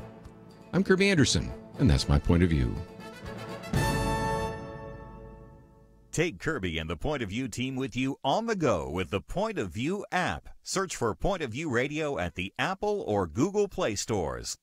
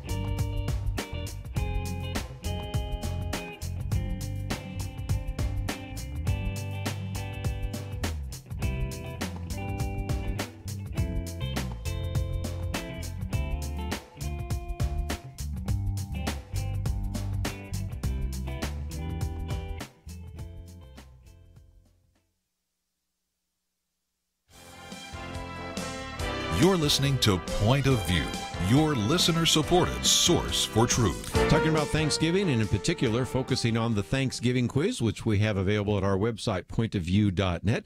Let me just mention, we've already covered a couple of the questions. What group began the tradition of Thanksgiving? Of course, that's the Pilgrims and founded Plymouth Colony. Why did they celebrate Thanksgiving? Well, because after that first terrible winter, they had a harvest, and after 2 years later, actually in 1623, there was a time of drought that had a rain, and so they were certainly gracious and grateful for that as well. And then when did Thanksgiving become a national holiday? I'll go into more detail a little bit later in the next hour as we get into that, but it was a custom that was developed in New England. It began to be an official holiday as early as 1817 in New York, and by the time of the Civil War, most had, but again, we give full credit to Abraham Lincoln, who decided that this would actually be an important day of Thanksgiving. I might just mention a little bit later, I'm going to read a piece that was put together by Newt Gingrich, who, by the way, was a history professor long before he was a member of Congress, reminding us of when George Washington called for the first Thanksgiving Day, how that was established by Abraham Lincoln in 1863. And really, if you actually go to the U.S. Capitol in the Rotunda, the painting on the south wall of the rotunda is the embarkation of the Pilgrims, and it depicts those that actually depart from Holland for the New World in 1620. And you might also notice the Pilgrims are praying, so that's another aspect of that sometimes gets left out of the history books, which is why we're doing what we're doing today. First of all, doing a Thanksgiving quiz. A little bit later, I'll be talking about lessons I think we can learn here in the 21st century from those in the 17th century in terms of Thanksgiving. So we've covered a couple of those. Let's talk about some more. Why did the Pilgrims leave Europe? And I point out that among the early pilgrims was a group of separatists who were members of a religious movement that broke away from the Church of England during the 16th and 17th centuries. You have to understand that if you were not part of the Church of England, you were on the periphery. You were an outcast. You were not part of the religious establishment. There were consequences and there was religious persecution that took place. And the pilgrims were those who believed that there was no possibility that you could reform the Church of England, which is why they were separatists. Then you had some that believed it might be possible to reform and to even purify the Church of England, and they were called what? The Puritans. Now, they show up later in Massachusetts, and we'll talk about that in just a minute, but let's, if we can, come back to this. So because of this, and because of some of these separatist movements, the Pilgrims fit into that category, the Quakers fit into that category, and others, in 1606, William Brewster led a group of these separatists to Leiden in the Netherlands to escape the religious persecution they were facing there in England. Now, they'd lived there for about 10 years, and then some of the group decided that this was still not having a positive impact on their youth. Isn't that something? Even in the 17th century, there were concerns by parents about their wayward youth and the impact that the Netherlands or the Dutch were perhaps having on them. So they voted to emigrate to America. And in order to do so, the voyage was financed by a group of London investors who were promised produce from America in exchange for their assistance. So this was something that was established so that they could make that arduous and very dangerous journey over the Atlantic to the New World. Which leads us to question number 5. How did the Pilgrims immigrate to the New World? Well, on September 16th, 1620, a group numbering 102 men, women, and children left Plymouth, England for America on the Mayflower, but they were blown off course. First of all, let me just mention a minute ago, if you are paying attention, you noticed that I talked about 103 pilgrims in the New World, but I just said that 102 left. And I always wondered about that. Turns out one of the women was pregnant. So that's where the extra individual showed up. But nevertheless, the Mayflower was supposed to make their way to Virginia. Now, you have to understand that in the New World, what was called Virginia went from where today we call it Virginia all the way up to almost what today we would consider New York. So it was a much larger piece of land, which later got subdivided into other states and colonies. But at that time, they were to go to Virginia. After all, Jamestown was in Virginia, but they were blown off course by a storm. Now, there's some evidence to suggest that maybe they weren't blown off course, but that the sailors intentionally took them a different place. But nevertheless, they landed on what today we would call Cape Cod. They tried to see if they could sail south and were not able to do so. So they decided that they would establish their colony in what today is called Plymouth Colony. But there's a problem, which we're going to get to in just a minute, because they actually were on the ship and they did not have any kind of charter for this area. Their charter was for further south. So this is where the Pilgrims rowed up and signed what today is called the Mayflower Compact. And so that leads us to question number 6. What is the Mayflower Compact? Well, in November 11th, 1620, Governor William Bradford and leaders of the Mayflower signed the Mayflower Compact before setting foot on land. They wanted, first of all, to acknowledge God's sovereignty in their lives and their need to obey them, and obey him, I should say. And the Mayflower Compact, in some respects, is considered, even to this day, kind of our first constitutional document. It, for example, set forth a number of principles. And even when I was at Georgetown University studying American political theory, one of my major professors, who, if you put it charitably, probably could not sign the doctrinal statement of your church, nevertheless had to somewhat begrudgingly admit that the first Constitution and really the foundation for our Constitution goes all the way back to 1620, the Mayflower Compact, which gets into a little bit more detail in question number 7. What is the significance of the Mayflower Compact? Well, after suffering years of persecution in England, then after spending difficult years of exile in the Netherlands, the Pilgrims wanted to really establish a colony based on biblical principles that they had suffered for when they were in England. And so before they set forth, they really drew up this as, if you will, a covenant with God, because they wanted to make sure that before they launched this colony, that there was a recognition of God's sovereignty and their collective need to obey him. So I thought for just a minute as we come to a break here, let's, if we can, talk about what does the Mayflower Compact say. It says, "In the name of God, amen, those whose names are underwritten, the loyal subjects of the dread sovereign Lord King James, by the King of God of Great Britain, France, and Ireland, King, defender of the faith, having undertaken for the glory of God the advancement of the Christian faith and the honor of our king and country, a voyage to plant the first colony in the northern parts of Virginia. Do by these present solemnly and mutually in the presence of God and one another covenant, and combine ourselves together in a civil body politic for better ordering and preservation and furtherance of the ends foresaid, and by virtue thereof to enact, constitute, and frame such just and equal laws, ordinances, and acts, constitutions, and offices from time to time as shall be thought most meet and convenient for the general good of the colony, unto which we promise all due submission and obedience, in witness whereof we have hereunder subscribed our names at Cape Cod, the 11th of November, in the year of the reign of our sovereign Lord King James of England, France, and Ireland." That is, of course, the Mayflower Compact, and it's just an illustration, if nothing else, of the desire for them, first of all, to acknowledge God as sovereign over their lives, as they, as individuals who have equal standing before one another, who want to bind together in a civil body politic. And as we'll read a little bit later from some of the quotes that come from everybody from Winston Churchill to some great British historians, that this was something unique in not only British history, but in the beginning now of American history, which eventually gave us the foundation that we take for granted today, and that is our Constitution. Let me take a break, though, and when we come back, we're going to spend a little bit more time working our way through many of the other questions in this Thanksgiving quiz.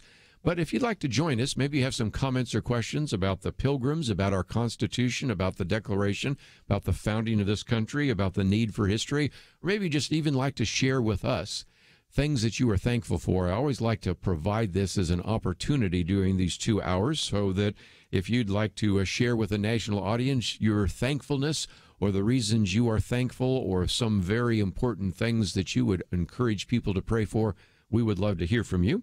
And that number is 1-800-341-1212, 1-800-351-1212, as you join with us today to maybe share some things that are of significance to you. 1-800-351-1212. We'll take a break and continue our conversation on this Thanksgiving quiz on this day before Thanksgiving right after this.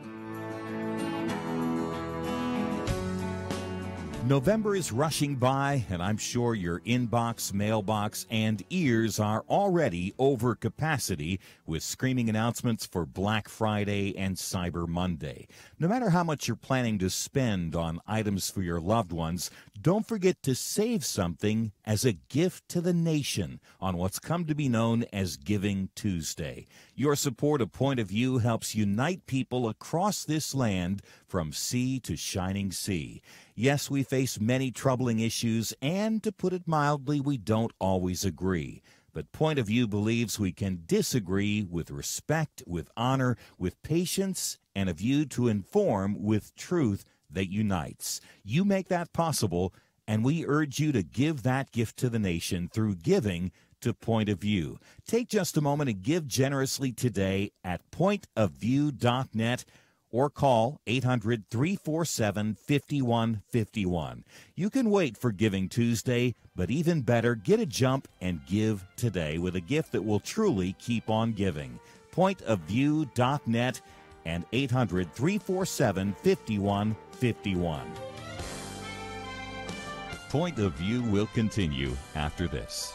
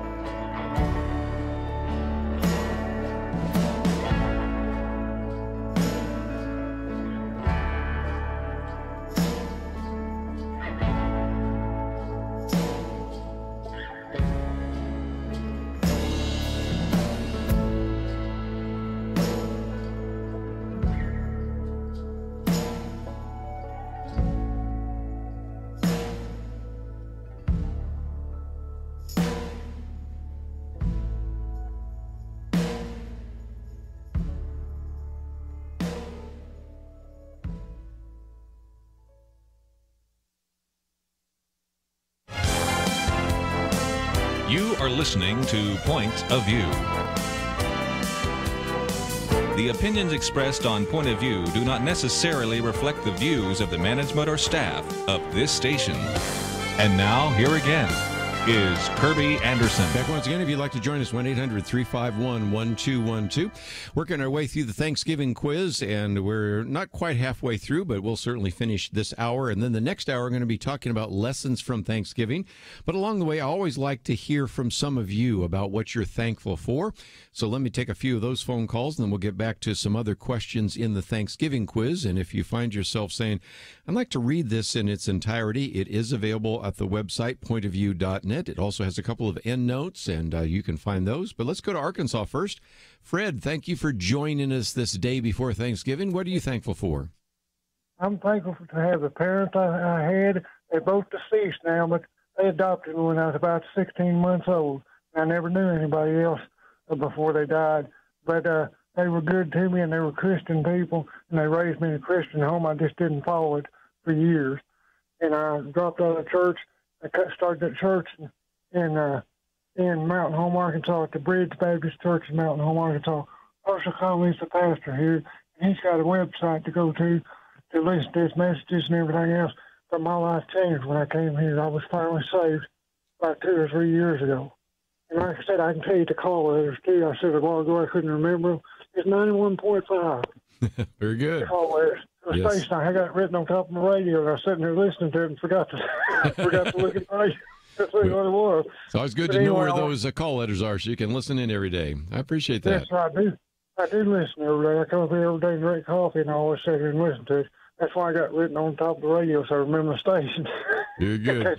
Well, Fred, let me keep moving because we have lots of people that like to share that, and I appreciate you sharing that. And let's head to, in this case, we'll go to New Hampshire this time. WSEW. Gene, thank you for joining us today. What are you thankful for? Well, thankful for you guys and for what you shared today, but also just for the faithfulness of the Lord. We've had some health issues in our family, and he has been faithful through it all. But what I wanted to share with you is that tomorrow my family and I will be going down to Plymouth Plantation in Massachusetts for our Thanksgiving dinner. So it will be interesting to see what is in their museums and what they cover compared with what you have shared, too. Yeah, some of it has been a little bit revisionist, but we'll finish the Thanksgiving quiz, and also I'll be talking about lessons of Thanksgiving the next hour, and I'll give you some of the true history, most of which is still there, but sometimes you get a little bit of revisionism, and that's understandable as well. And, of course, I love my friends up there in Vermont, New Hampshire, and New York. I go there every summer because I'm usually speaking at either Word of Life or Camp of the Woods, so I appreciate you up there listening to us, and I know you will enjoy yourself down there at the Plymouth Plantation. It is very well done, even if I would probably teach one or two things a little differently. Is that good? Well, thank you, Kerby, for all that you guys do, and we just appreciate you as well. Thank you. Let's move on. We'll go to the state of Georgia this time. Lou, what are you thankful for? Hey there, Kerby. I've been listening to you guys since the 80s. I have raised 4 granddaughters, and when I picked them up in the afternoon, waiting for them to come out of school, I was listening to Point of View. So thankful for all of you. And I'm thankful for my salvation that was bought and paid for by the Lord Jesus Christ. And I am thankful that he allowed me to be born in America. I know a lot is wrong with our great nation, but so much is right, too. That's what I'm talking about today, trying to remind us of some of our heritage, which we'll get back to in just a minute. But and I love hearing about the history because we don't hear it often enough. A lot of it's been forgotten. Well, I'm going to try to do a little more of that in just a minute here. You go ahead, and I'll be listening. Thanks a lot. Thank you, Lou.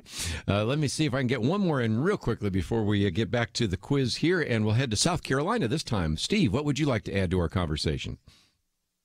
I just want to share. I enjoy your program so much, and I'm thankful for religious freedom. I'm a descendant of Roger Williams, and you're talking about religious freedom. Wow. And the Puritans. I live in Charleston, South Carolina, and that's where William Scriven, who was one of the congregants of Providence, Rhode Island, went to Maine. The Puritans threatened his life and the life of his congregants, so he came to Charleston, South Carolina to seek religious freedom. I think that's a part of our history. It is. I'm amazed at how Baptist people are so ignorant of even understanding separation of church and state, First Amendment, where all that came from. A lot of it came from Roger Williams. It did. And I will get into a little bit more on the Puritans next hour. We're kind of talking about pilgrims at the moment, but when we get into our spiritual lessons, the Puritan covenants and some of the other aspects of that. And, of course, like you said, this idea of keeping church and state separate and recognizing the institutions were separate, but still the responsibility we as Christians have to speak to the moral issues of the day. So, Steve, I appreciate the fact you've done the study, and I appreciate you sharing that with us today. Thank you so much, Kerby. Appreciate your program. Let's take, just before I take a break, take a few more questions, and I did mention some of those. One of the questions that, of course, comes up is question number 9. Why didn't the Pilgrims sail to the original destination in Virginia? And a lot of people say, well, it was because they were blown off course. But that now appears to be Providence, in part because they did not have a patent for that territory. They consulted with the captain of the Mayflower, resolved to sail southward, but could not do so. They encountered, again, it says, the dangerous shoals and roaring breakers, and were forced to actually turn back. So they discovered the Plymouth and arrived there. But interestingly enough, if they had arrived just a few years earlier, they would have been attacked and destroyed by one of the fiercest tribes in the region. However, 3 years earlier, in 1617, that tribe was wiped out by a plague, and thus they landed in one of the few places where they could survive. Which brings us to question number 10. What role did the lone surviving Indian play in the lives of the Pilgrims? That lone survivor of that tribe is Squanto. He was kidnapped, interesting enough, in 1605 by Captain Weymouth and taken to England, where he learned English, was eventually able to return to New England via Spain, if I remember right. Then he was told that his tribe had been wiped out by the plague, so he lived with a neighboring tribe. But then Squanto learned that the Pilgrims were in Plymouth. He came to them and showed them all sorts of things. They were shocked at here this Indian speaks very good English, actually. And so as a result, he taught them how to plant corn, how to fertilize with fish. He later converted to Christianity. And William Bradford said that Squanto was a special instrument sent of God for their good beyond their expectations. Question number 11. Were the colonists dedicated to Christian principles in their lives other than Thanksgiving? And the Pilgrims were, or so were many other colonists doing that. Consider this particular one, since we were talking about the Puritans a minute ago, by John Winthrop, given aboard the Isabella in 1630. This is what he said about the Puritans who formed the Massachusetts Bay Colony. He said, quote, "For the persons, we are a company professing ourselves fellow members of Christ. For the work we have in hand, it is by mutual consent through a special overruling providence, and more than an ordinary approbation of the churches of Christ to seek out a place of cohabitation and consortship under the due form of government, both civil and ecclesiastical." And so they established basically a Christian commonwealth in which, at least according to their plans, every aspect of their lives, both civil and ecclesiastical, fell under the lordship of Jesus Christ. When we come back from the break, I want to talk about how the Pilgrims organized their economic activities. And then I'm going to have a lot more to say about that in the second hour. But it is interesting, and I'll give you a preview, that because the colony was established by these investors, they demanded that they would actually work the land and then hold all of this in a collective that looked a lot like what today is called communism or kind of communal farming. And so because they worked only for the joint partnership, there was no relationship between work and reward. There was really no kind of free market, capitalistic, entrepreneurial activity taking place. And as a result, the colony foundered until William Bradford began to implement what we might call free enterprise innovation. So after the break, we're going to talk about that, because later on in the next hour, I'm going to get into some of the economic lessons we can learn, not just from the Plymouth colony, but from Jamestown and other places where even before we had the real defense of a free market, which didn't come until 1776 with the writings of Adam Smith in The Wealth of Nations, you had 150 years earlier some individuals that were already implementing some of these free market ideas, and that's why the Plymouth colony eventually survived. We'll take a break and get into some of those economic issues right after these important messages.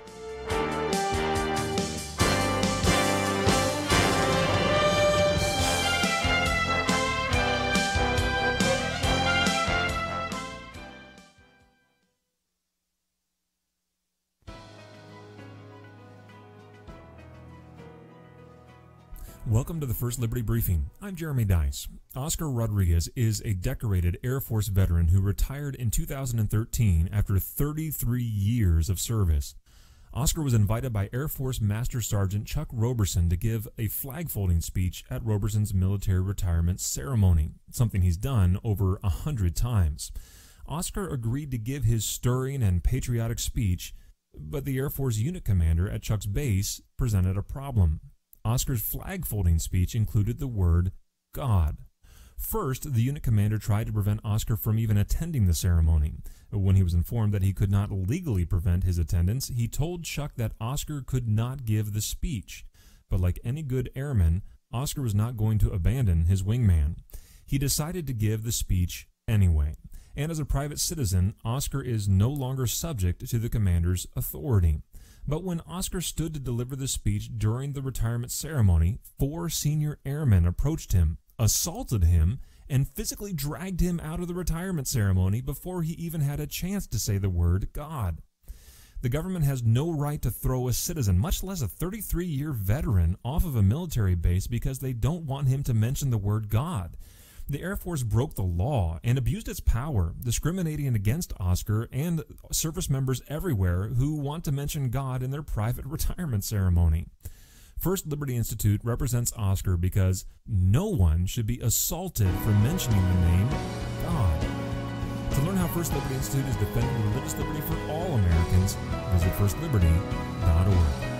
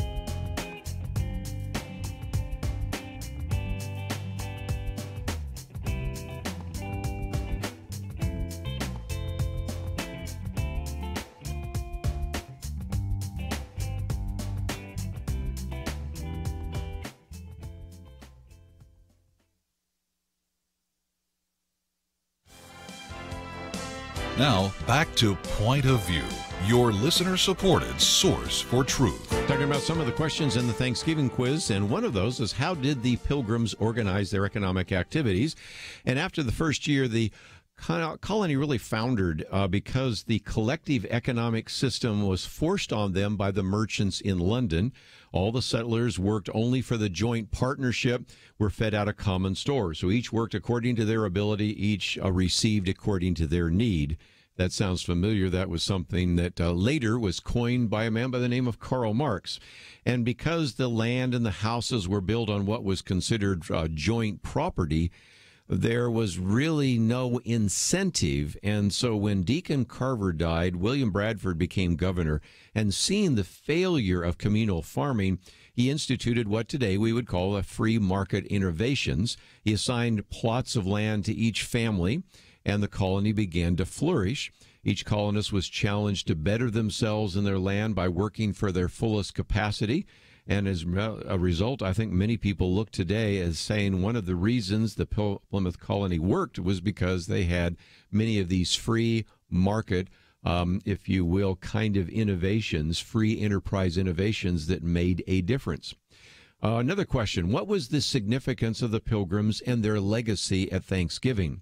You know, it's interesting. We're coming up to the 400th year of the anniversary of that, but on the 200th anniversary, that is the bicentennial, on December 22nd in 1820, they, at Plymouth Rock, actually called Daniel Webster, yes, that Webster of the Webster's Dictionary, to actually give a famous speech. I'll just quote part of it. He said, "Let us not forget the religious character of our origin. Our fathers were brought hither by their high veneration for the Christian religion. They journeyed by its light and labored in its hope. They sought to incorporate its principles within the elements of their society and to diffuse its influence through all their institutions, civil, political, or literary." In some respects, the legacy of Thanksgiving was that these were godly men and women who sought to bring Christian principles to what today we call the nation of America. How were these Christian principles brought to the founding of the Republic? Well, most historians acknowledge that America was born in the midst of a revival. What was that? It was known as the First Great Awakening. It occurred approximately in 1740 to 1770. Two of the most prominent preachers during that time were Jonathan Edwards, probably best known for his sermon, Sinners in the Hands of an Angry God, although he had so many other excellent sermons, and George Whitefield, who was a traveling evangelist that traveled all up and down the eastern seaboard, and they saw revival break out. Churches were planted, schools were built, and many people estimate that 3 out of every 4 colonists were affected directly by this first Great Awakening, which preceded the American Revolution. So how influential were Christian ideas in the Constitution? Although the Constitution doesn't specifically mention God or the Bible, you can see the influence of Christianity so often. We've talked about this on the program, and Professor M.E. Bradford wrote a book a number of years ago called A Worthy Company. And in that, he estimated that 50 of the 55 men who signed the Constitution were church members who endorsed the Christian faith. Which leads to another question. Weren't many of the founders non-Christians? Well, some were. Thomas Jefferson and Benjamin Franklin were good examples of those who, though involved in the drafting of the Declaration of Independence, were probably a little more influenced by the ideas of the Enlightenment. But I also point out in this piece that revisionists have tried to make these men more secular than they really were. Jefferson, for example, wrote to Benjamin Rush, "I'm a Christian, sincerely attached to his doctrines and preference to others." Franklin's the one you might remember who called for prayer at the Constitutional Convention, saying, "God governs the affairs of men, and if a sparrow cannot fall to the ground without his notice, it is probable that an empire can rise without his notice." And so while they were hardly, adherents to biblical Christianity, nevertheless, they tended to at least be theist or deist and believed in some kind of absolute standards that should be part of the civil order. Another question, how important was Christianity in colonial education in America? Well, I point out that young colonists' education usually came from the Bible, from what was called the Horn Book, and most importantly, from at least those in New England, the New England Primer. The Horn Book consisted of a single piece of parchment attached to a paddle of wood using the alphabet, the Lord's Prayer, and oftentimes religious doctrines were written on it. The New England Primer actually taught a number of lessons, including such things as the names of the Old and New Testament, the Lord's Prayer, the Apostles' Creed, the Ten Commandments, the Westminster Shorter Catechism, John Cotton's Spiritual Milk for American Babes. And even when they were teaching the alphabet in the New England Primer, you would have A stands for Adam's fall, we sinned all. B stands for Bible, heaven to find the Bible mind. C for Christ is Christ crucified for sinners died. So you can see even when they were teaching the alphabet, they were teaching basic doctrine as well. Another question, how important was Christianity in colonial higher education? When we talk about colonial education, certainly for younger children, but most of the major universities were established in America by Christian denominations. Harvard was a Puritan school. William and Mary was an Anglican school. Yale was a Congregationalist school. Princeton was a Presbyterian school, and Brown was a Baptist school.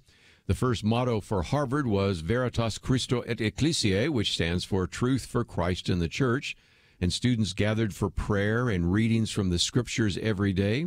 Yale was established by Increase Mather and Cotton Mather, because Harvard was kind of moving away from some of its original Calvinist philosophy and was drifting toward Unitarianism. And the founders of Yale said that every student shall consider the main end of his study, to wit, to know God in Jesus Christ, and answerably to lead a godly and sober life. And then the last question, if Christianity was so important in colonial America, why does the Constitution establish a wall of separation between church and state? And I say that contrary to what many Americans may think, the phrase separation of church and state does not appear in the Constitution. In fact, there's no mention of the words church or state or separation in the First Amendment or anywhere in the Constitution. The First Amendment does guarantee the freedom of speech, freedom of assembly, freedom of press, and freedom of religion. And really, as we've talked about in this program before, the phrase was found in a letter written by Thomas Jefferson when he wrote to the Baptist pastors in Danbury, Connecticut in 1802, in which he gave his opinion that the Establishment Clause of the First Amendment was one that could be used to build a wall of separation between church and state. And if nothing else, this was the idea between the federal government and the states, which had state-sponsored churches. But even more so, let's recognize that this was just simply his commentary as an individual who was actually in France at the time when the Constitution and the Bill of Rights were drafted. But nevertheless, we have certainly talked about that on this program before, and that gives you a little bit of an overview of the Thanksgiving quiz this hour. And so if you'd like to get a copy of it, simply go to my Viewpoints commentary. By the way, if you haven't signed up for my Viewpoints commentary, there's a little button there that says sign up, and you can do so. And then we have a link that makes it very easy for you to download a copy of the Thanksgiving quiz, and you can use it in its entirety. You can use it, for example, if you would like to have some questions around the table even tonight or tomorrow around the Thanksgiving table, or if you'd like to use it for some study, we just have made it available to you right there on our website, pointofview.net. Next hour, I want to talk about lessons from Thanksgiving. I want to give you a lot more history. I want to look at some of the political, spiritual, and even economic lessons from the whole issue of Thanksgiving. But let me, as we go to a break, encourage you to sign up to get that Thanksgiving quiz. And as you go there, I'd hope that you might think about the fact that as we get closer to year end, we certainly do need to hear from you so that we can end our fiscal year and our calendar year in a very good financial position. So if you can help us out financially and click on that button that says donate, we would greatly appreciate it. Don't forget that next Tuesday is Giving Tuesday, and that's a time when you can give to this ministry as well. Let's take a break. When we come back, we're going to talk about all these lessons we can learn from Thanksgiving. That coming up right after this. November is rushing by, and I'm sure your inbox, mailbox, and ears are already over capacity with screaming announcements for Black Friday and Cyber Monday. No matter how much you're planning to spend on items for your loved ones, don't forget to save something as a gift to the nation on what's come to be known as Giving Tuesday. Your support of Point of View helps unite people across this land from sea to shining sea. Yes, we face many troubling issues, and to put it mildly, we don't always agree. But Point of View believes we can disagree with respect, with honor, with patience, and a view to inform with truth that unites. You make that possible, and we urge you to give that gift to the nation through giving to Point of View. Take just a moment and give generously today at pointofview.net. or call 800-347-5151. You can wait for Giving Tuesday, but even better, get a jump and give today with a gift that will truly keep on giving. Pointofview.net and 800-347-5151. Point of View will continue after this.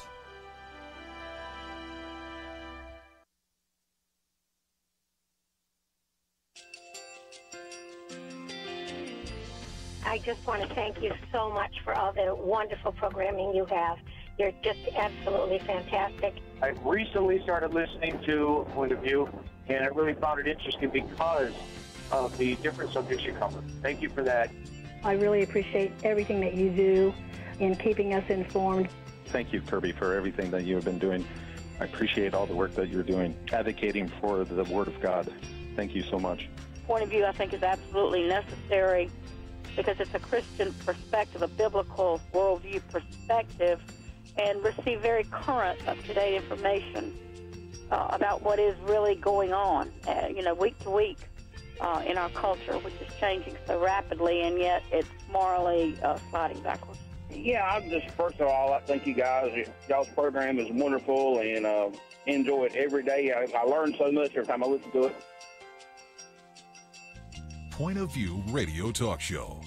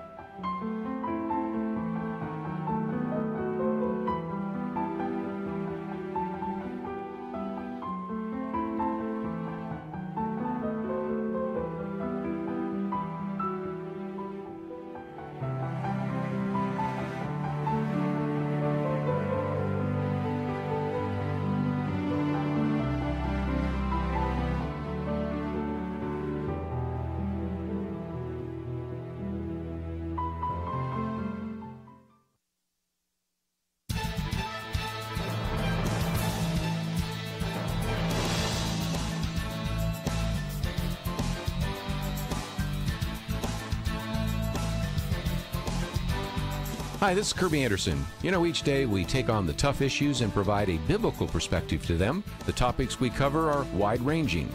Apologetics, theology, prophecy, creation and evolution, intelligent design, marriage, family, child-rearing, the millennial generation, friends and society, politics, economics, business, religious liberty, the Constitution, public policy, foreign policy, military policy, tensions in the Middle East, abortion, homosexuality, pornography, sexual ethics, media, technology, history, and America's godly heritage. We talk about anything that affects your faith, your family, or your freedom.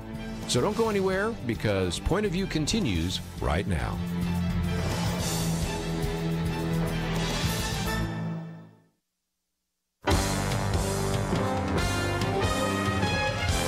Across America, live. This is Point of View.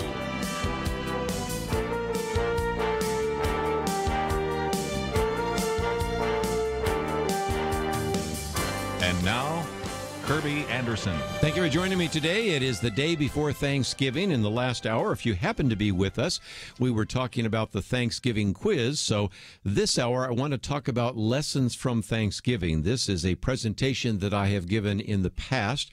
More than 50 slides. We don't have the slides on our website, but if you write to me, I could send them to you in a PDF file or something like that, or else you can just kind of sit back and pay attention. There'll be a little bit of an overlap of what we talked about last hour, but I wanted to try to give you a little bit of historical perspective, look at some of the spiritual lessons we can learn from Thanksgiving, some of the political lessons we can learn from Thanksgiving, some of the economic lessons we can learn from Thanksgiving, and more importantly, also bring in a couple of other things. I've mentioned earlier some of the material that has been put together by, for example, Newt Gingrich. Of course, we've quoted in the past people like David Barton and a variety of others that have done work in this area. And so we just want to educate you as much as we possibly can. But in just a few minutes, I want to open up the phones again, because we had a short time in which I had a number of you share what you were thankful for, or even making some comments that you are free to do so, and I want you to feel free to do that again. I might spread them out a little bit more rather than having 4 back-to-back, but whatever works out, we are thrilled about that. And let me, if I can, spend some time now talking about what I think are some lessons we can learn from Thanksgiving. Again, if you just joined us, we're talking about, of course, Thanksgiving, which was founded by the Pilgrims in Plymouth Colony, which became the first permanent settlement in New England. And I think it's important to point out something I didn't mention last hour, that it really necessarily was not the first Thanksgiving. It's the first one that people pay attention to. But let's just recognize that there is the possibility that there was something that was like a Thanksgiving event in 1541 in the Palo Duro Canyon in Texas, for example, with Coronado and his men. There, of course, are the possibilities of there having been some Thanksgiving kinds of events. 1564 in St. Augustine, Florida, for example, the French Huguenots and some of them. And most importantly, of course, you have in Cape Henry in Virginia, 1607, the landing of the Jamestown settlers. So you do have some other things, but most of us tend to look to the Pilgrims in 1621 and especially in 1623, that very significant celebration which we today have as Thanksgiving. As I mentioned last hour, the Pilgrims were originally known as the Forefathers or the Founders. That was kind of the name that was given to them for a while. But it was William Bradford that coined the term pilgrim. If you're taking some notes, you might put down 1 Peter chapter 2, verse 11, in which we are talked about, and we talk about people that are pilgrims, people that are sojourners in the land. It's just an understanding that we as believers certainly do walk this earth, but it's only for a time, and ultimately the earth is the Lord's and the fullness thereof, as it says in the Psalms. And so this idea of pilgrim really comes from 1 Peter and was something that William Bradford used to designate those individuals, which today, of course, we call the Pilgrims, or were at that time known as the Forefathers. Now, after those difficult years of exile in the Netherlands, because they left the Church of England, they left England, they finally decided that they wanted to establish a colony that was based upon biblical principles and get away from some of the decadence that was affecting their youth. And so they actually got on the Mayflower and sailed across the Atlantic, a very dangerous voyage indeed. I won't go into all the details, but you can read about some of that. By the way, I might just mention that some people say, how do we know all of this? Well, it turns out that William Bradford kept some very good records, and you can read those. Matter of fact, there's a book available called Of Plymouth Plantation, 1620 to 1647 by William Bradford. Has an introduction by Samuel Eliot Morison, and you can really read all about this for yourself. So that's why we know so much about this. And so they then finally decided that since they could not sail south, they would then establish the colony there. And let me read a part of that diary there, where William Bradford said, being thus arrived in a good harbor and brought safe to land, they fell upon their knees and blessed the God of heaven, who had brought them over the vast and furious ocean and delivered them from all the perils and miseries thereof, again to set their feet on the firm and stable earth. If you've ever spent any time on a ship, you know how good it feels to, once again, put your feet on solid ground. And as I pointed out last hour, but let's mention it again in case some of you just joined us, that the Mayflower Compact was written in part so that it would establish this colony in a place where they did not have a contract by the merchants in England. And again, it talks about the fact that in the name of God, amen, whose names are underwritten, the loyal subjects of our dread sovereign Lord, King James, by the grace of God. They then conclude by saying, having undertaken for the glory of God and advancement of the Christian faith and the honor of our king and country, a voyage to plant the first colony in the northern parts of Virginia, do by these presents solemnly and mutually in the presence of God and one another covenant and combine together ourselves into a civil body politic for better ordering and preservation and furtherance of the ends foresaid, and by the virtue thereof to enact, constitute, and frame such just and equal laws, ordinances, acts, constitutions, and offices from time to time as shall be thought most meet and convenient for the general good of the colony, under to which we promise all due submission and obedience. In witness thereof we have hereunder subscribed our names at Cape Cod, the 11th of November in the year of the reign of our sovereign Lord King James of England, France, and Ireland, Anno Domini 1620. And so again, this was an opportunity to establish this colony.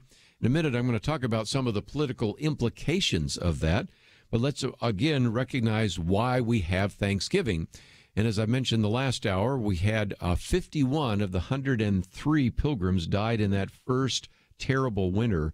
And so that's why there was a proclamation for Thanksgiving at that time, because they reaped a bountiful harvest.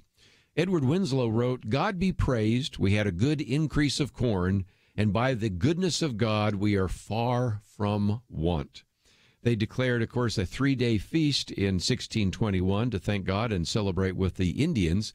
And then perhaps the most important date is in 1623, they had held a day of fasting and prayer during a time of drought, which changed to a time of thanksgiving when the rains came. They were gentle rains during that time. And so this began the tradition of thanking God for what he provided to them and thanking them for the opportunity to actually plant this Plymouth colony in that area as well. So we have a break coming up, and when we come back, I want to talk about God's protection and provision. Then I want to talk about some of the various lessons we can learn from this particular event. And, of course, we'll also, as we always like to do, open up the phones and give you a chance to join the conversation. Perhaps you would like to share something you are thankful for, or maybe have a comment or question about some of the things you are learning even today about the Pilgrims and about Thanksgiving. It's one of the things we like to do from time to time here on Point of View, because unfortunately we have a whole generation that needs to hear this for the first time. And for those of us that are older, maybe we just need to hear it again to remind us of God's provision. We'll talk about that right after these messages.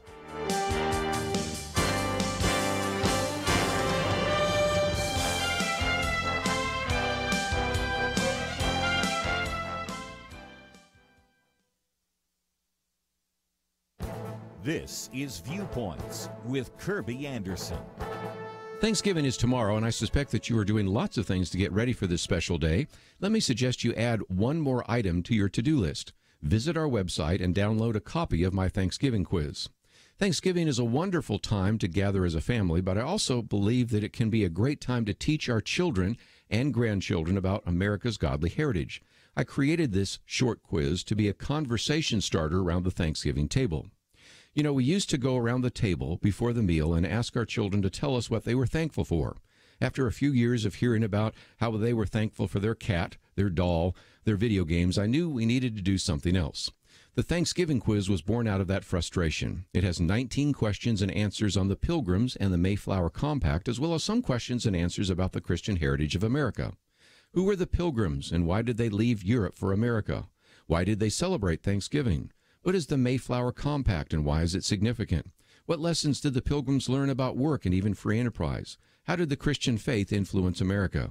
These are just a few of the sort of questions that you can ask around the table and give short answers. Perhaps it is time to recapture the importance of Thanksgiving. On the bicentennial celebration of the landing of the Pilgrims at Plymouth Rock, Daniel Webster declared the following: "Let us not forget the religious character of our origin. Our fathers were brought hither by their high veneration for the Christian religion. They journeyed by its light and labored in its hope, and they sought to incorporate its principles with the elements of their society and diffuse its influence through all their institutions, civil, political, or literary." It is my hope that this quiz will help your family see the importance of Thanksgiving. I'm Kerby Anderson, and that's my point of view. Take Kerby and the Point of View team with you on the go with the Point of View app. Search for Point of View Radio at the Apple or Google Play stores.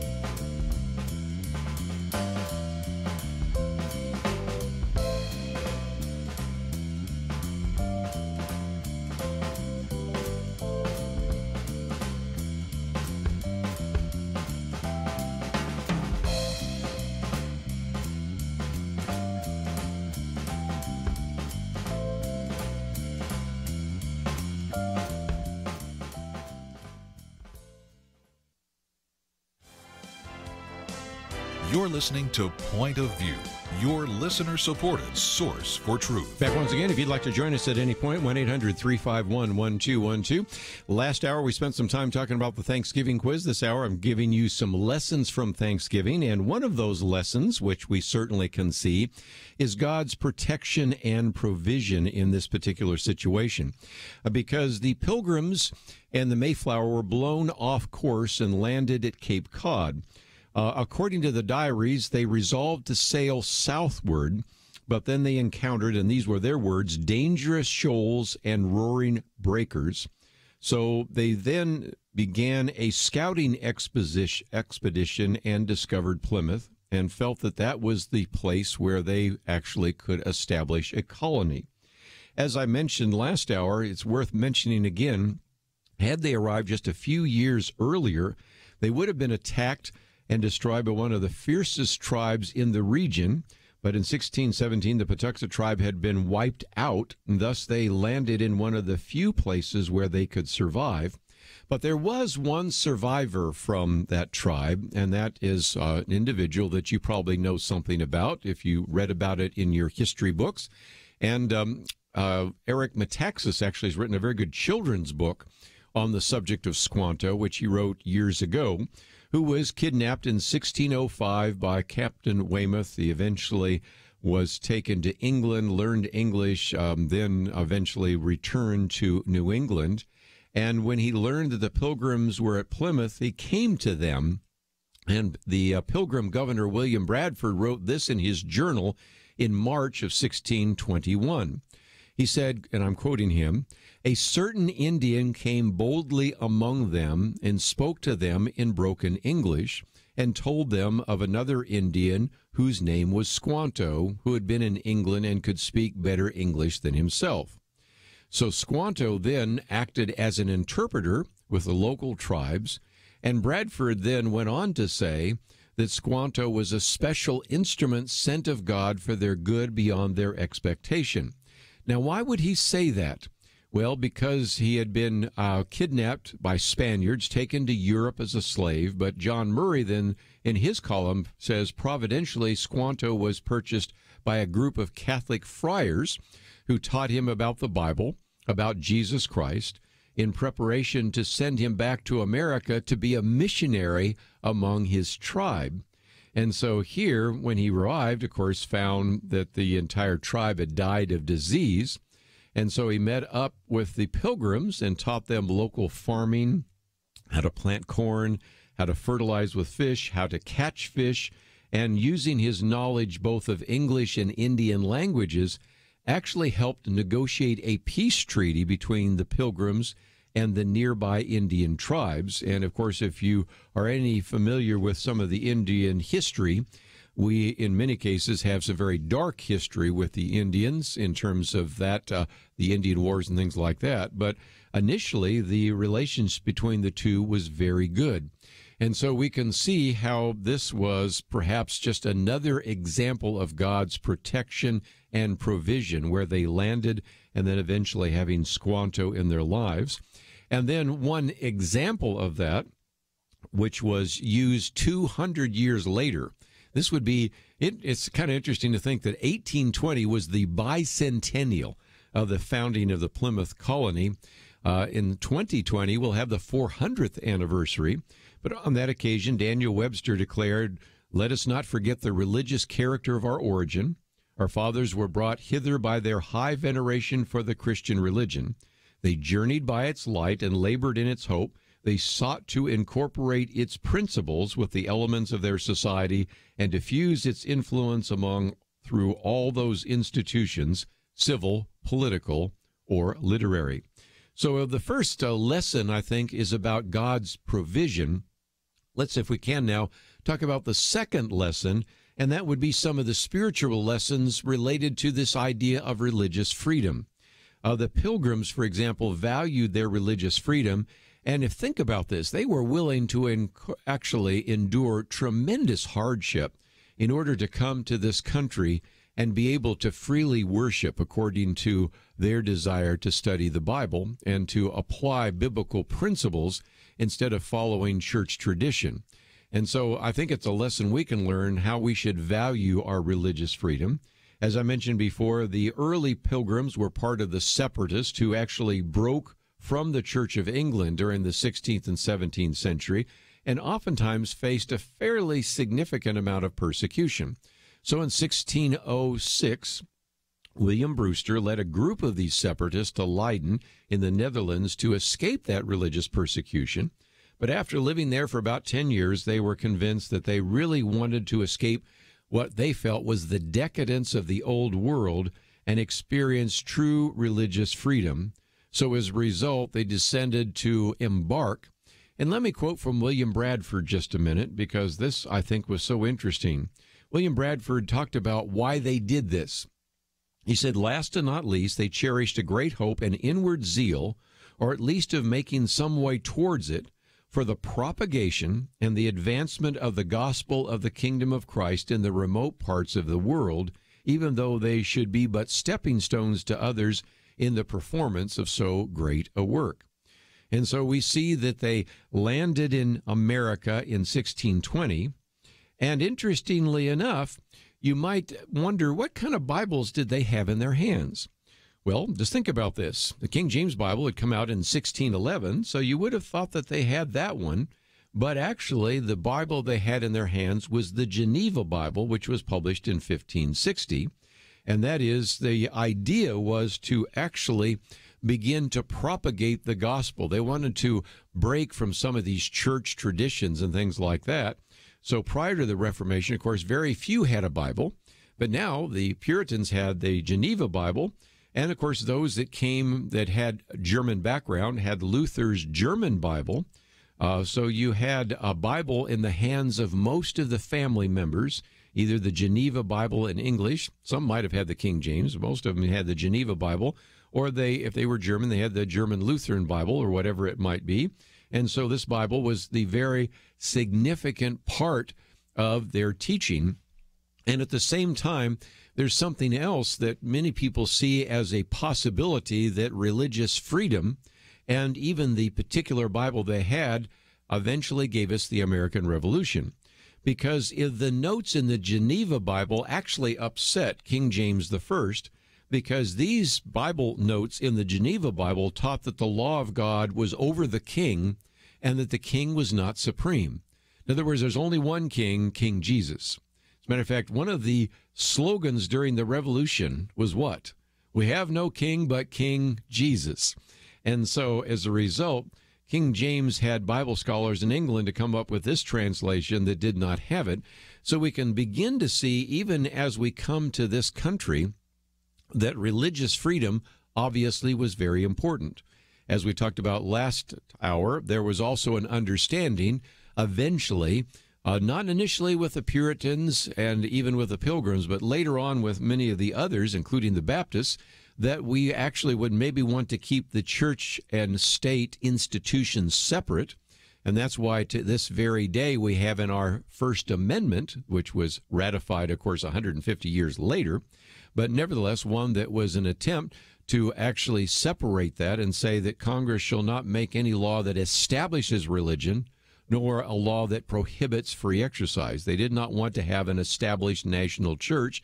They did not want to have another Church of England.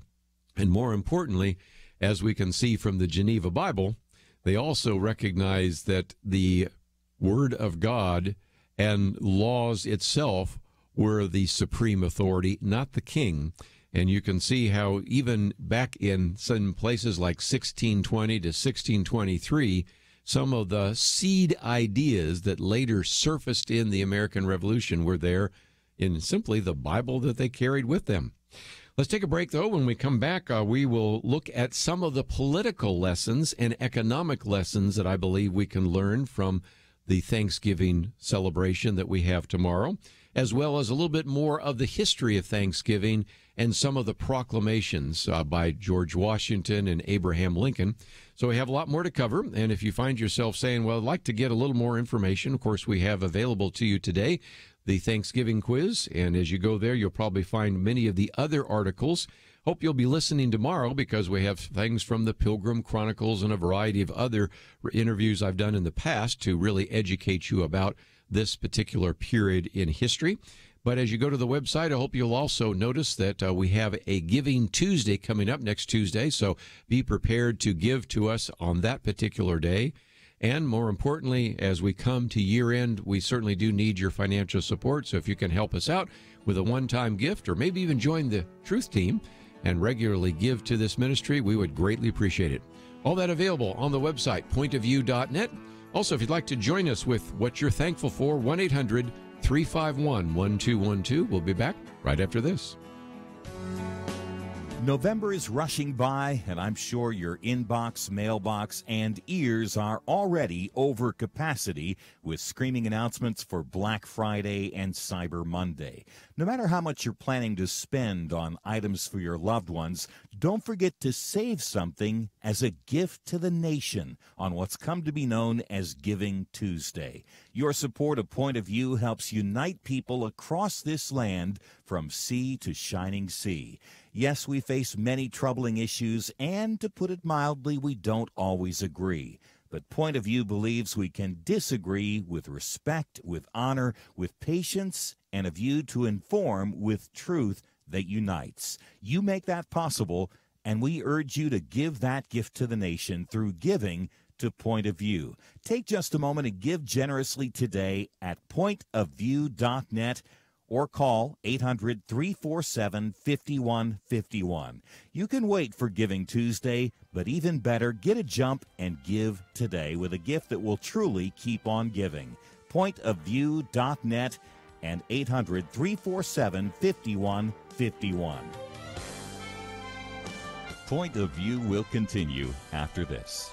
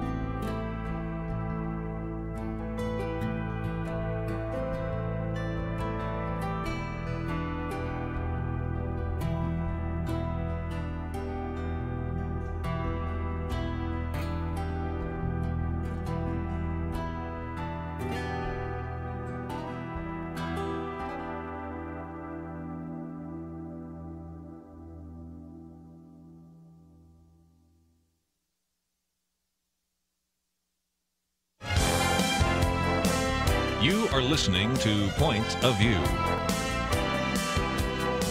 The opinions expressed on Point of View do not necessarily reflect the views of the management or staff of this station. And now, here again is Kerby Anderson. Final half hour, let's spend some time, if we can, talking about some more lessons we can learn from Thanksgiving. But let me also give you that opportunity if you'd like to join us one more time. 1-800-351-1212. Perhaps you'd like to call in, and we always make this a tradition where you can call in and share what you are thankful for, or maybe share some insight from Thanksgiving that you'd like to share with our national audience. 1-800-351-1212. We've talked a little bit about God's providence. We've talked about some spiritual lessons. Let me now talk about some political and economic lessons, and then just a little bit on the history of Thanksgiving, which I think is fascinating as well, and the importance of prayer in this nation. So first of all, the political lessons. Well, those go back to the Mayflower Compact, which many people refer to as the first constitutional document. Many have even referred to it as the American Covenant. Now, recognize this was drafted in 1620 by people that were used to living under a king.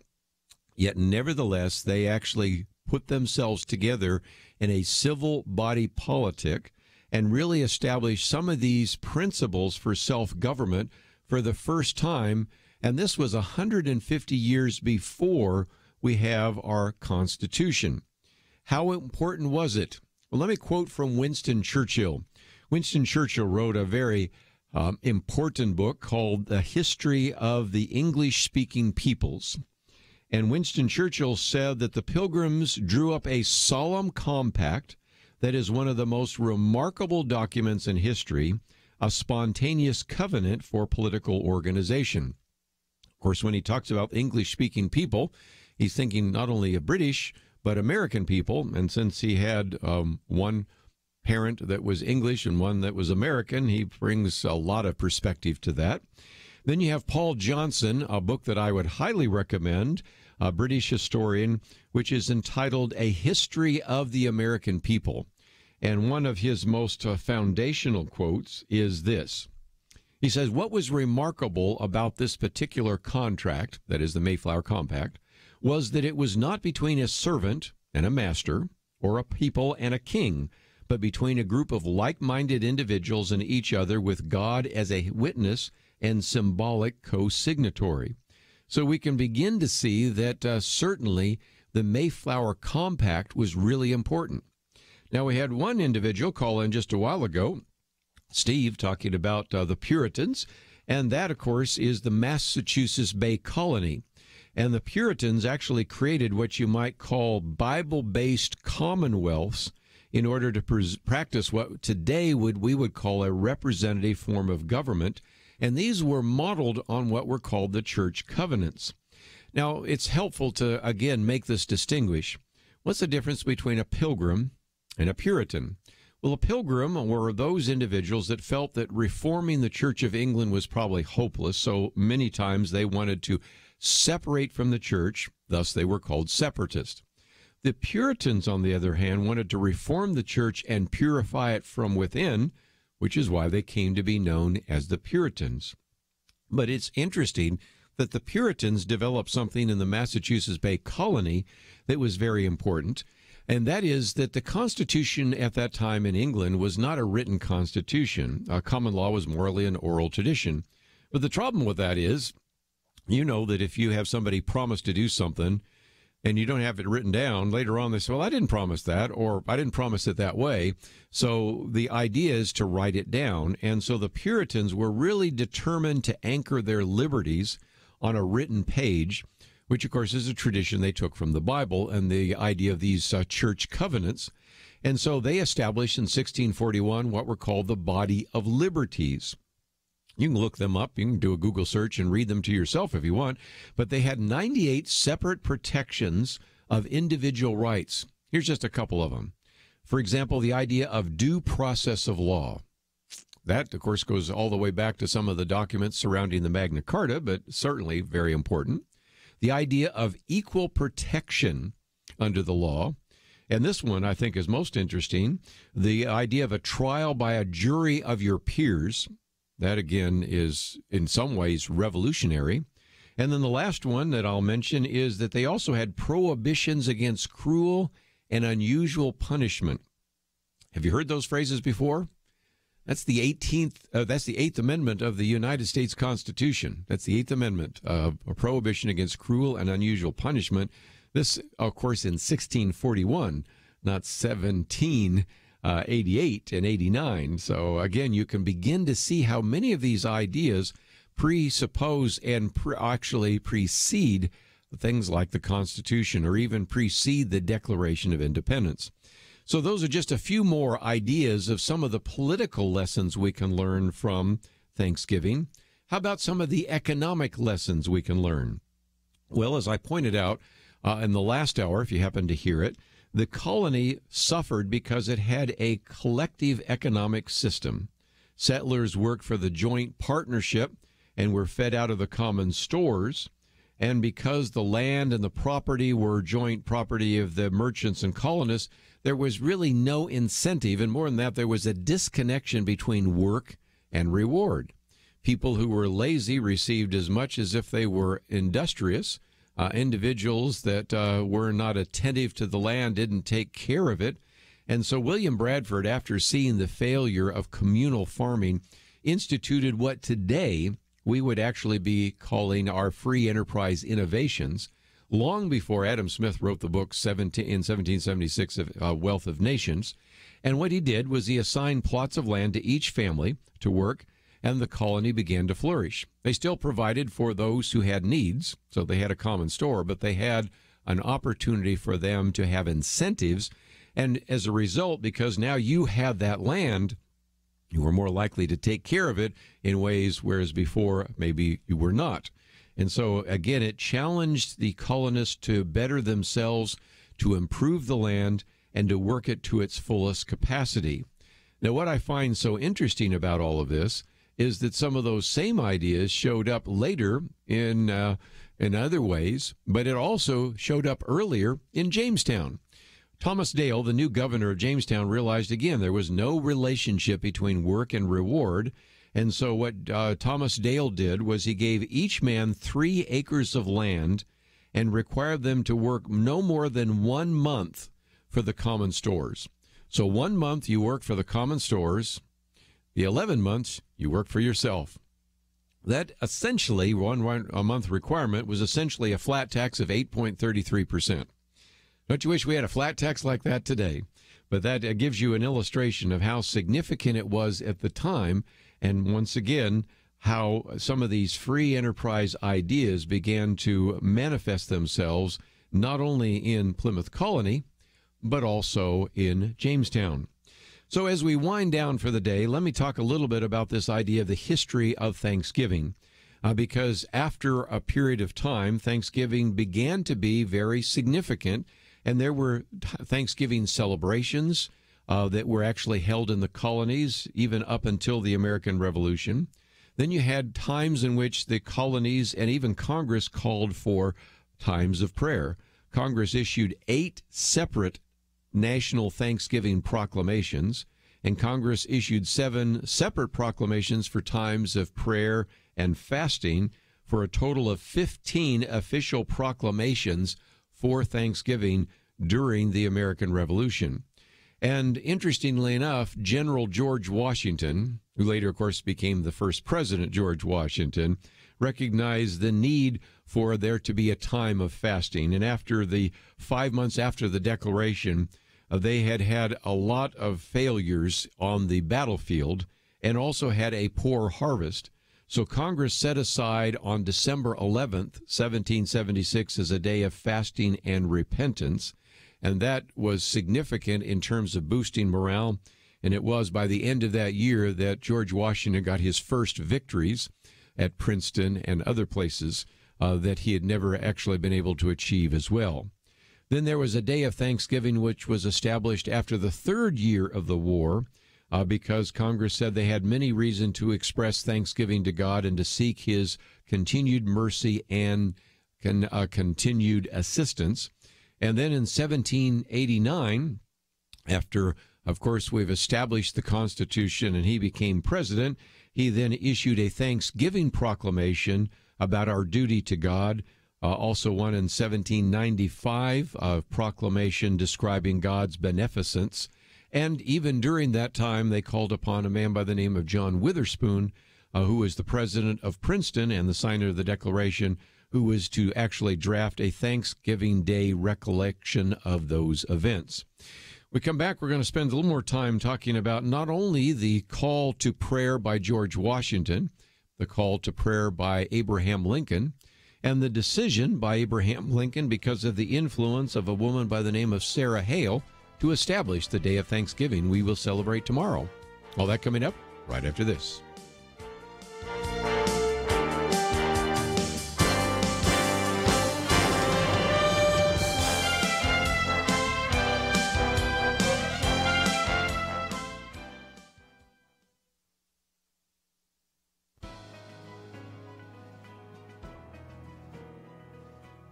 Welcome to the First Liberty Briefing. I'm Jeremy Dice.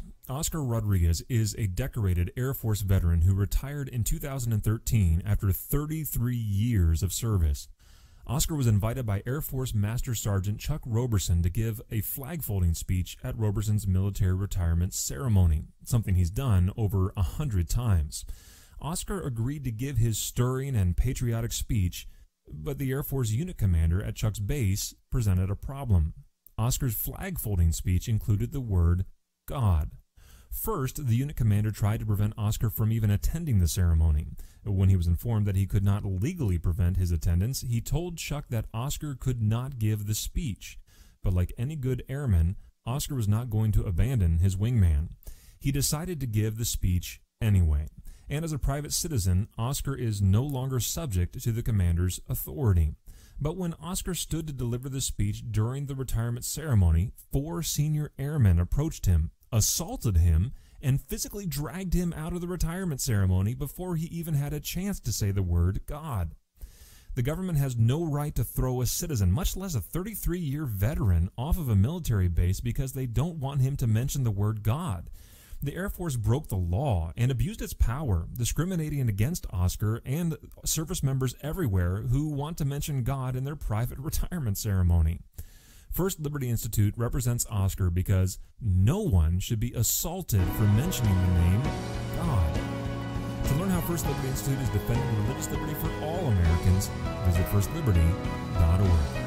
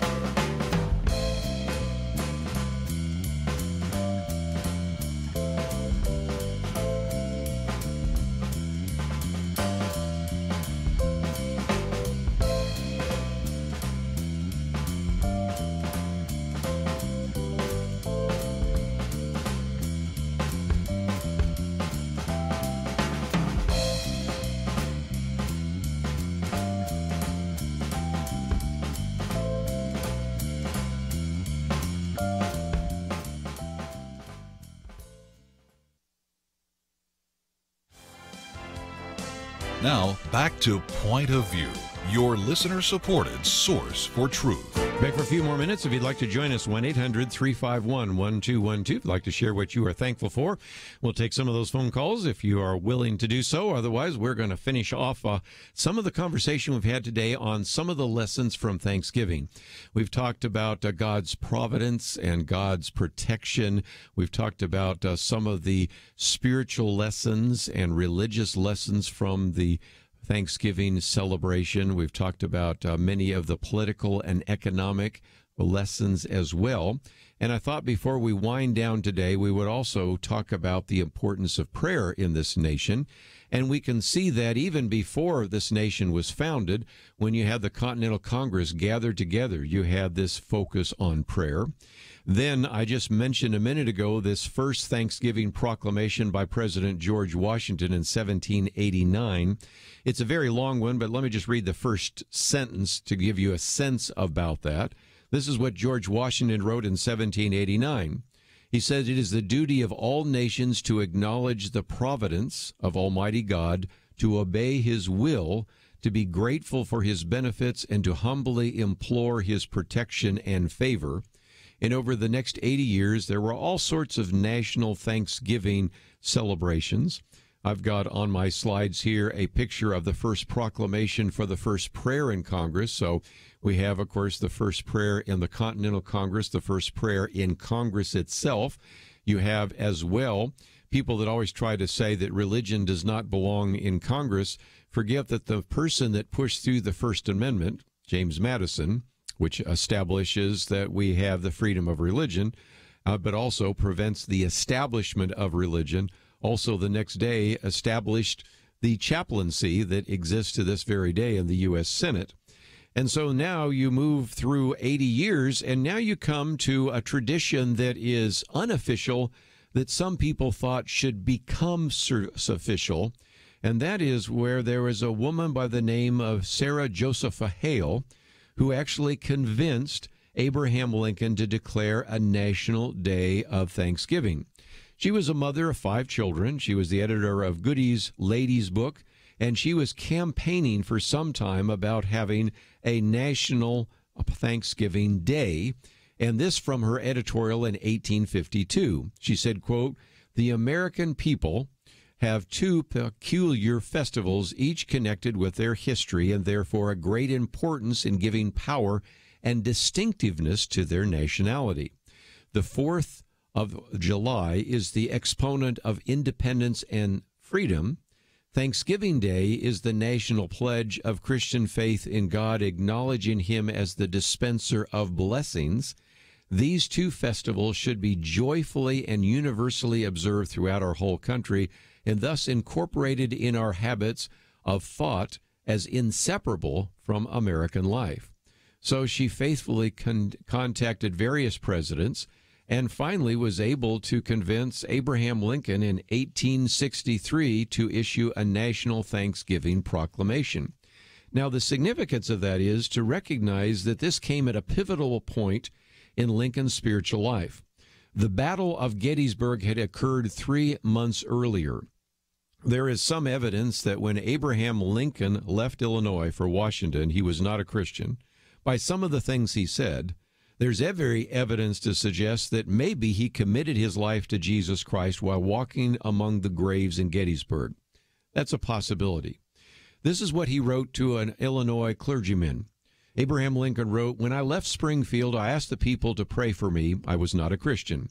When I buried my son, the severest trial of my life, I was not a Christian. But when I went to Gettysburg and saw the graves of thousands of our soldiers, I then and there consecrated myself to Christ." Maybe he did, maybe he didn't, but nevertheless, on November 20th, 1863, this article appeared in the New York Times. It was a reprint of his Gettysburg Address. And interestingly enough, there were applauses, but nobody knows exactly all that happened in his life then. But then, by 1863, he issued this proclamation. "We have been the recipients of the choicest bounties of heaven. We have been preserved these many years in peace and prosperity. We have grown in numbers, wealth, and power as no other nation has ever grown, but we have forgotten God. We have forgotten the gracious hand which preserved us in peace and multiplied and enriched and strengthened us, and we have vainly imagined in the deceitfulness of our hearts that all of these blessings were produced by some superior wisdom and virtue of our own. Intoxicated with unbroken success, we become too self-sufficient to feel the necessity of redeeming and preserving grace, too proud to pray for the God that made us. It behooves us then to humble ourselves before the offending power, to confess our national sins, and to pray for clemency and forgiveness." So if nothing else, it's just a reminder that we have been the beneficiaries of so much. So during this Thanksgiving season, I hope that we'll return to the wisdom of the Pilgrims. They valued their religious freedom or were willing to endure hardship in order to be able to come to this country and freely worship. They valued their political freedom and drafted the Declaration ultimately through their opportunity to use that in the Mayflower Compact, which later became the Declaration of Independence in 1776. But this Mayflower Compact was written in 1620. And I think it's time for us to thank God for the freedoms, because indeed we enjoy so much. Before we run out of time, let's take some more phone calls, and we'll go to Loretta and KCTA in Texas. Thank you for joining us today. Yeah, it's Loretta. I'm so thankful that y'all are there. But I was mentioning to the man who answered that growing up, I was taught that I was rich in all the things that matter because I was one of Jesus' own. And then the next thing that came to mind, and I said it was maybe some Arkansas hillbilly wisdom, but I was grateful because I had great fullness. And it comes back to me now, and I'm 60 plus, and I truly am. And I wish that others would realize that that's part of being an American, not this or that or the other, but because we're American and we should, again, stand up for Jesus. Lorelda, I appreciate you sharing that. And if nothing else, we are rich beyond measure and we are blessed beyond measure. And if nothing else, that's why I think on this Thanksgiving Day that is coming tomorrow, we should, around our tables, be thankful for the Lord for all the blessings that he has bestowed upon us. Amen, brothers. Amen. Happy Thanksgiving, all. Happy Thanksgiving. Well, just about out of time. And again, if you find yourself saying, boy, you covered a lot in 2 hours, well, that was the plan, to try to educate you a little bit more on Thanksgiving. And most importantly, I want to leave to you the opportunity to pass at least some of this on to your kids and grandkids. Sadly, a lot of them don't learn about this in the schools, and we're trying to do what we can to educate others. We, of course, have the Patriot Preachers booklet I've just created to talk about what was actually in the hearts and minds of those preachers during the 18th century. We've been talking here today about the Thanksgiving quiz and some of the things you can learn about the Pilgrims and the Puritans. And so all of that is available by going to pointofview.net. And, of course, if there's some other resources you'd like to get from us, feel free to give us a call or to leave us an email. One more time, of course, if you would like to get to my Thanksgiving quiz, you can simply go to the website and go to the Viewpoints section. There's a place where you can download it. Thanksgiving quiz, of course, is one of the many Viewpoints commentaries that we make available. Tomorrow I'll have a Viewpoints commentary on Thanksgiving. And if you'd like to receive that, you might just click on that little red button there that says sign up. And as you go there, you'll also notice something else, Giving Tuesday, next Tuesday. So I hope you'll consider what you might do to support us then. And even if you can support us today, we would greatly appreciate that. Want to wish everybody a happy Thanksgiving. Want to thank Andrew and Steve for their help behind the scenes. Have a great day. We'll be playing tapes Thursday and Friday. We'll be back here live on Monday, and we'll see you then. November is rushing by, and I'm sure your inbox, mailbox, and ears are already over capacity with screaming announcements for Black Friday and Cyber Monday. No matter how much you're planning to spend on items for your loved ones, don't forget to save something as a gift to the nation on what's come to be known as Giving Tuesday. Your support of Point of View helps unite people across this land from sea to shining sea. Yes, we face many troubling issues, and to put it mildly, we don't always agree. But Point of View believes we can disagree with respect, with honor, with patience, and a view to inform with truth that unites. You make that possible, and we urge you to give that gift to the nation through giving to Point of View. Take just a moment and give generously today at pointofview.net. or call 800-347-5151. You can wait for Giving Tuesday, but even better, get a jump and give today with a gift that will truly keep on giving.